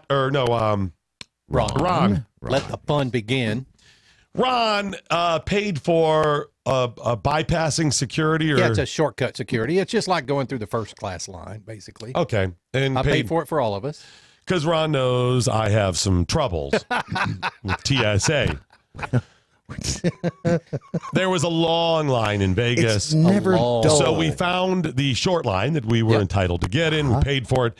We walked up. TSA agent goes, "What are you doing? You guys handicapped? This handicap line or whatever?" One of us is. Somebody said, "Where's the get to the front of the line because we paid for it line?" He goes, "Nope, doesn't count. You got to go through the whole line." Yeah. He said that's to get at the front of the line when boarding. At the gate, he said. Yeah, at the gate. No sense whatsoever. Makes no No, sense. it says shortcut security, dork. Yeah, it says on there, shortcut security. He didn't want to hear it. No, just dismissed us. So usually, most people probably just got the back of the line and were like, "Oh, hell no." So he went over and asked somebody who was standing there from Spirit, the airline we were flying, and he's like, "No, that is absolutely what that is." He goes, "They don't control who gets in what line. The airline does." Yep. We get back in the line, walk up there. Security guard comes over and goes, hey, if they told you to get in this line, fine, so be it. And then he explained. Well, let me tell you why I'm right. What did he say? Yeah, explain. He said, let me tell you why I'm right. Yeah. And then he does. He we're comes Department up there. of Homeland Security. They're FCC, or FAA, rather. Yeah. And, it's different at every airport. Some of these don't have it this way. So by telling you the way I told you to go to the other line, it's possible I was right because I was telling you the way it has to happen at this airport. It doesn't happen this way. At every blah, airport. blah, blah. You don't know how things are at Sir, that you're airport? causing a disruption. We couldn't have been the first people to have Right, exactly. Did you just start this morning? Was your old airport Milwaukee and they do things differently? Stop it. He was like, he didn't want to hear it. He didn't care. Yeah. He wasn't helpful, and he didn't offer an apology. If he had had come an over attitude and like offered, most of them. That's right. If he had come over and offered, or at least shown some remorse about being a dick. Guys, I'm sorry. It would have been a different thing. There's a whole other thing going on here, too. He also he's either ignorant. Right. How long have you worked and you don't know this? Meaning you're screwing other people and treating other people poorly, or you knew and you were screwing us just to be a dick. Which was it? I think he was just ignorant. pissed he wasn't getting paid. Right, exactly. I'm sorry, dude. That's not my responsibility. Right. Stop being a jackass. This is the reason TSA gets a bad name. Mm-hmm. Oh, that was just the first instance, though. Then I went through and got a pat down. Hey, I have a question. Did they not send you through, because there was a metal detector right next to it? They never do. So if you opt out of the they rapist take scan, you behind both. They take you into a secure area without going through either. And their attitude is, well, they're going to keep an eye on you. Ron, you could touch things. You can hand someone a gun. You could do anything because it's a failure of security. They should at least still make you go through the metal detector. Exactly. They didn't do that. And they gave me a complete pat down, missing the chapstick in my pocket. Yeah. That's not chapstick. Oh, that's not the worst part of this whole missing What else? something. Go. Well, Matt went through security right before I did. And so, at the show, and there's some people who probably saw it. We had a guy come by that was showing us these tools that we interviewed, these tools for field dressing a deer. I mean, and they were like sickle knives, big pouch. Matt and I both got a pouch of those knives. Right. Well, we both stuck them in our backpacks that day, forgot about them. Right. So they caught Matt's on the scan going through. His was right before mine. They caught his, had to pull those blades out, and they were going to throw them away and stuff like that. Right. I grabbed my backpack off of that counter and realized you still had that yours. I still had mine in my backpack, and they did not catch it. What? Shocking. Dude, these were like serious knives. Right. Serious sickle. Yeah. And I'm like, oh my God. Yeah. That's the first time that kind of stuff's ever happened to me. There's your tax dollars at work. God dang, dude. I know. What I went through way my, worse than a box cutter of all things. Oh, and the thing is, you see the video of the people on the plane. The melee broke out on a plane, and the two guys were arguing. And the stewardess came up and she's like, you guys stop. They just kept pounding on each other. And 2 or 3 other passengers came up and took these guys down. They're not going to get away, they being the terrorist, with hijacking a plane again. People are going to put up with it. Of course. So because they know, Flight 93, right? Dude, people will jump on a gun, on a knife. They don't give a damn anymore. No. So confiscating a 3-inch buck knife or anything like that is absolutely, it's folly. I'm admitting I have a gargantuan chip on my shoulder when it comes to TSA and government. Because it's ludicrous. Right. The TSA is one of the worst because you see it happening. I'm not around the IRS. Right. I mean, once a year you file your crap, but you don't usually even talk to them, right? Try to put it out of your mind. You go to the post office now and then. The TSA, you interact with them. Yes. And you realize the entire time you're standing there, it is unnecessary and expensive. It doesn't work. It's faulty, unnecessary, and expensive. It's theater and not even good theater. It's not good theater even. Convince me. And yet, even though I've admitted that, easily 80% of the time I fly, even if I'm not, there is a significant breakdown in security. Yeah. When we flew, they flagged Matt's knife, but not that guy's. Right. Ron. Yeah. They patted me down. I truly forgot about the chapstick and the rest of emptied my pockets, but it was in my watch pocket, the jeans. Yes. And they didn't catch it. Right. Yeah. 2 breakdowns right there. I pointed out to Brad, they don't pat the bottom of your feet. Nope. Put something down. You couldn't get a knife, a box cutter, and tape it to the bottom of your foot. They didn't make you take your shoes off either? No, they do, but you can walk with them there. Right. They just pat down to your ankles. Gotcha. I think one time out of 100 that I flew, they actually checked the bottom of my feet. It's never the same. No, it's not. I could find 10 ways to smuggle stuff through if I wanted to. It's expensive and unnecessary, and it doesn't work. And it's on display every time you fly. When are we going to say this must change? Apparently, not any time in the near future. When I travel with the boot on my foot after the surgery, the guy patted down my boot, a plastic boot. He patted it down. I think. What the hell are you trying to? I have a theory about the pat downs, and I think it's because so many people made so much of a fuss about being patted down that the persons that they choose to do those pat downs, some of them just want to be done with it. Yes, they don't want to be as thorough as they really need to be, which is not good security. Correct. The whole thing is a failure. Yes. And they ran the little wand over the metal detector wand over my boot. It went, I said, yeah, I have screws in my foot. Yeah. And by the way, which wouldn't go off because they're titanium. TSA agents, I know many of you hate this as well. And your Absolutely. people. I've met a handful of nice people. I do not go out of my way to be mean, but I am not going to be smiley faced. I'm not going to be like, hey, buddy-o, I can't do it.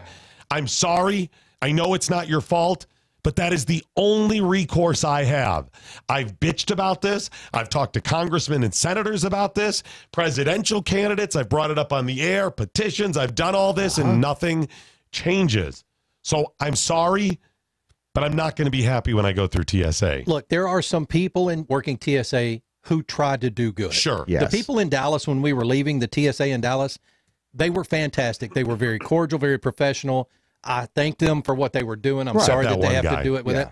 But I'm telling you, that woman at the ticket counter almost got punched in the face. Spirit Airlines, they were dicks. Yeah, we talked about that. That's crazy. Yeah. All right, this stuff is really, really frustrating. And I kept saying, as I always do, there's got to be another way. And I know what that other way is. What's that? I actually have it. All right. And we can all take part. Bring it on. What is it? Fly private. Okay. There's only one problem with flying private. Costs a lot. Costs a lot of money. I don't have money. It really does. Which is why I want money. Yeah. Aha. By the way, you can get charters if you charter an entire plane for certain runs where they fly a lot, like San Francisco to LA or something like that. You can get them where they're only slightly more. If you're buying 10 seats or whatever, it can be done, but usually it's pretty pricey. We need to get rich. All of us need to be rich, not just our little team, but everybody listening as well, so we can fly private and just say F off to the rest of them. Seriously. This is the reason I see Elizabeth Warren bitching about who was it? Bought a yacht. One of the NFL owners. He just bought, Dan Snyder from the Redskins. Bought a yacht? Bought a luxury yacht for $100 million. Look at this. Good for him. And this is the reason we need to charge an additional tax and all this. I don't care if he buys a yacht or you know why yachts. I stand by him making as much money as he can? Because of crap like that. The only way you avoid this or can get a little reprieve from crap like the TSA is having enough money that you can actually fly yourself. You get that by solid financial planning. Yes. Which you can get from eracapitalmanagement.com. Really good people at eracapitalmanagement.com. I'm not saying you're going to get to the point where you'll be able to do that, but it's going to be more likely with somebody that knows what they're doing that'll manage your money better than you and I can. We're not experts at this stuff. You wouldn't take out your own teeth. Well, normal people wouldn't. Most wouldn't. Margot Kidder did, but that's a different scenario. She was crazy. Yes. So don't be like Margot Kidder. Contact Era Capital Management today at eracapitalmanagement.com. eracapitalmanagement.com. Era Capital Management LLC is a registered investment advisor. Era Capital Management LLC provides fee-only portfolio management. The advisor may not transact business in states where it's not appropriately registered, excluded, or exempted from registration. Keep in mind that investing involves risk. The value of your investment will fluctuate over time and may gain or lose money. No strategy can assure success and is not guaranteed. eracapitalmanagement.com. You got an old 401k? Contact them today. You need some help planning because you've never planned for retirement? Doesn't matter your age. Contact them today. You already planned a little bit? Make it better. eracapitalmanagement.com. What do you mean it's let's go? Oh, right. righty, that is it, ladies and gentlemen, the end of your Daily Mojo. But before we go, as always, let's find out what we learned today. We learned Judith Light is an American treasure. And Meredith Baxter Burney starred in My Breast. Did you check it out? She did. 1994. Yep. 1994. We learned you can't mention weed at the weed store. Yes. We learned glitter balls aren't just for dogs anymore. Not as soon as Doc and Brad's Glitter Ball Emporium opens up down at the Foursquare Mall. We learned I would love a cookie that says my mom is a whore. As long as it's a cookie. Yes. And finally, we learned Representative Omar loves all people, but not the Jews. Because they're not really people. No, of course not. They're Jews. Bradley, Jay Staggs, what, if anything, did you learn today? I learned that doggy sweaters are now not the only way to make your dog feel like a complete idiot. Yes. I learned that gun silencers are more like Dyson vacuums. No, they're not. Or not. No, they're not. Or so I'm told. Look at this. Look at that. Look at that. Oh, speechless, aren't you? I am speechless. Truly, truly speechless. I learned that hookers, blow, gambling, alcohol, the only thing Vegas needed to make it perfect, legalized weed. Yes. And finally, I learned only Doc Thompson could find a way to offend potheads at a dispensary. Amazing, but true. What's his name? Ron. Ron, what, if anything, did you learn? Spin of the dials, radio style. Hey, it was what I learned last week, that you can't yell "all righty then" in a gun show. I didn't even think I was taming it down. Oh, I know you I didn't were. even go big, and still people were like, oh, yeah, everybody was like hitting the deck. It was hilarious. Yes, it was bad. What, if anything, did the listeners learn today? Over on the MeWe chat room, Rocky with an I learned, I'm so glad I'm wearing my waterproof makeup today. I am legit crying, laughing at my desk. I feel bad for the MoJo sponsors. Was it glitter balls? I think it may have been glitter balls. Backyard cows. You know, you make enough money with aircapitalmanagement.com. You could buy all the glitter balls you want. Right. Glitter them up, baby. They don't care. Yep. They'll let you spend your money how you want. They just want to help you make money so you can have glitter balls. Far better idea than I invest in kumquats.com. Don't do that. It's just stupid. Backyard cows learned I'm all for the pots being legalized, but I don't really like being around it because it effing stinks. It does stink. It doesn't stink. I mean, some of it stinks. Some of it doesn't stink. That's Some why people you think get it the stinks. edibles. Yes. Yeah, oh, yeah, edibles. Let's see. Over in the Facebook, Randy Lars says, I would have paid money to see that, referring to your experience with the TSA at the airport. Let me just tell you, it is never a dull moment. We should start charging. Dude, Matt Locke was like, he's like, can I go off on him now? Can I go? As we got the second time? Yeah. And I was like, no. Yes, and he's like, please let me tell him off. And I was like, no. I never told him why I said no. Because I was on deck. Yes, I was the one at bat. They are the gift that keeps on giving. I was this close. Over in the Twitter, whatchamacallit, is it just me or do Democrats always tell the rest of us that we must alter our beliefs and principles, but theirs are just fine? What are you doing? Change all that, dude. Take that tweet down and change what you wrote. Exactly. He's such a hater. Gutter Wooder Sleeve of Yore learned marrying your own brother. Talk about taking one for the team. Hey-o! I know what you...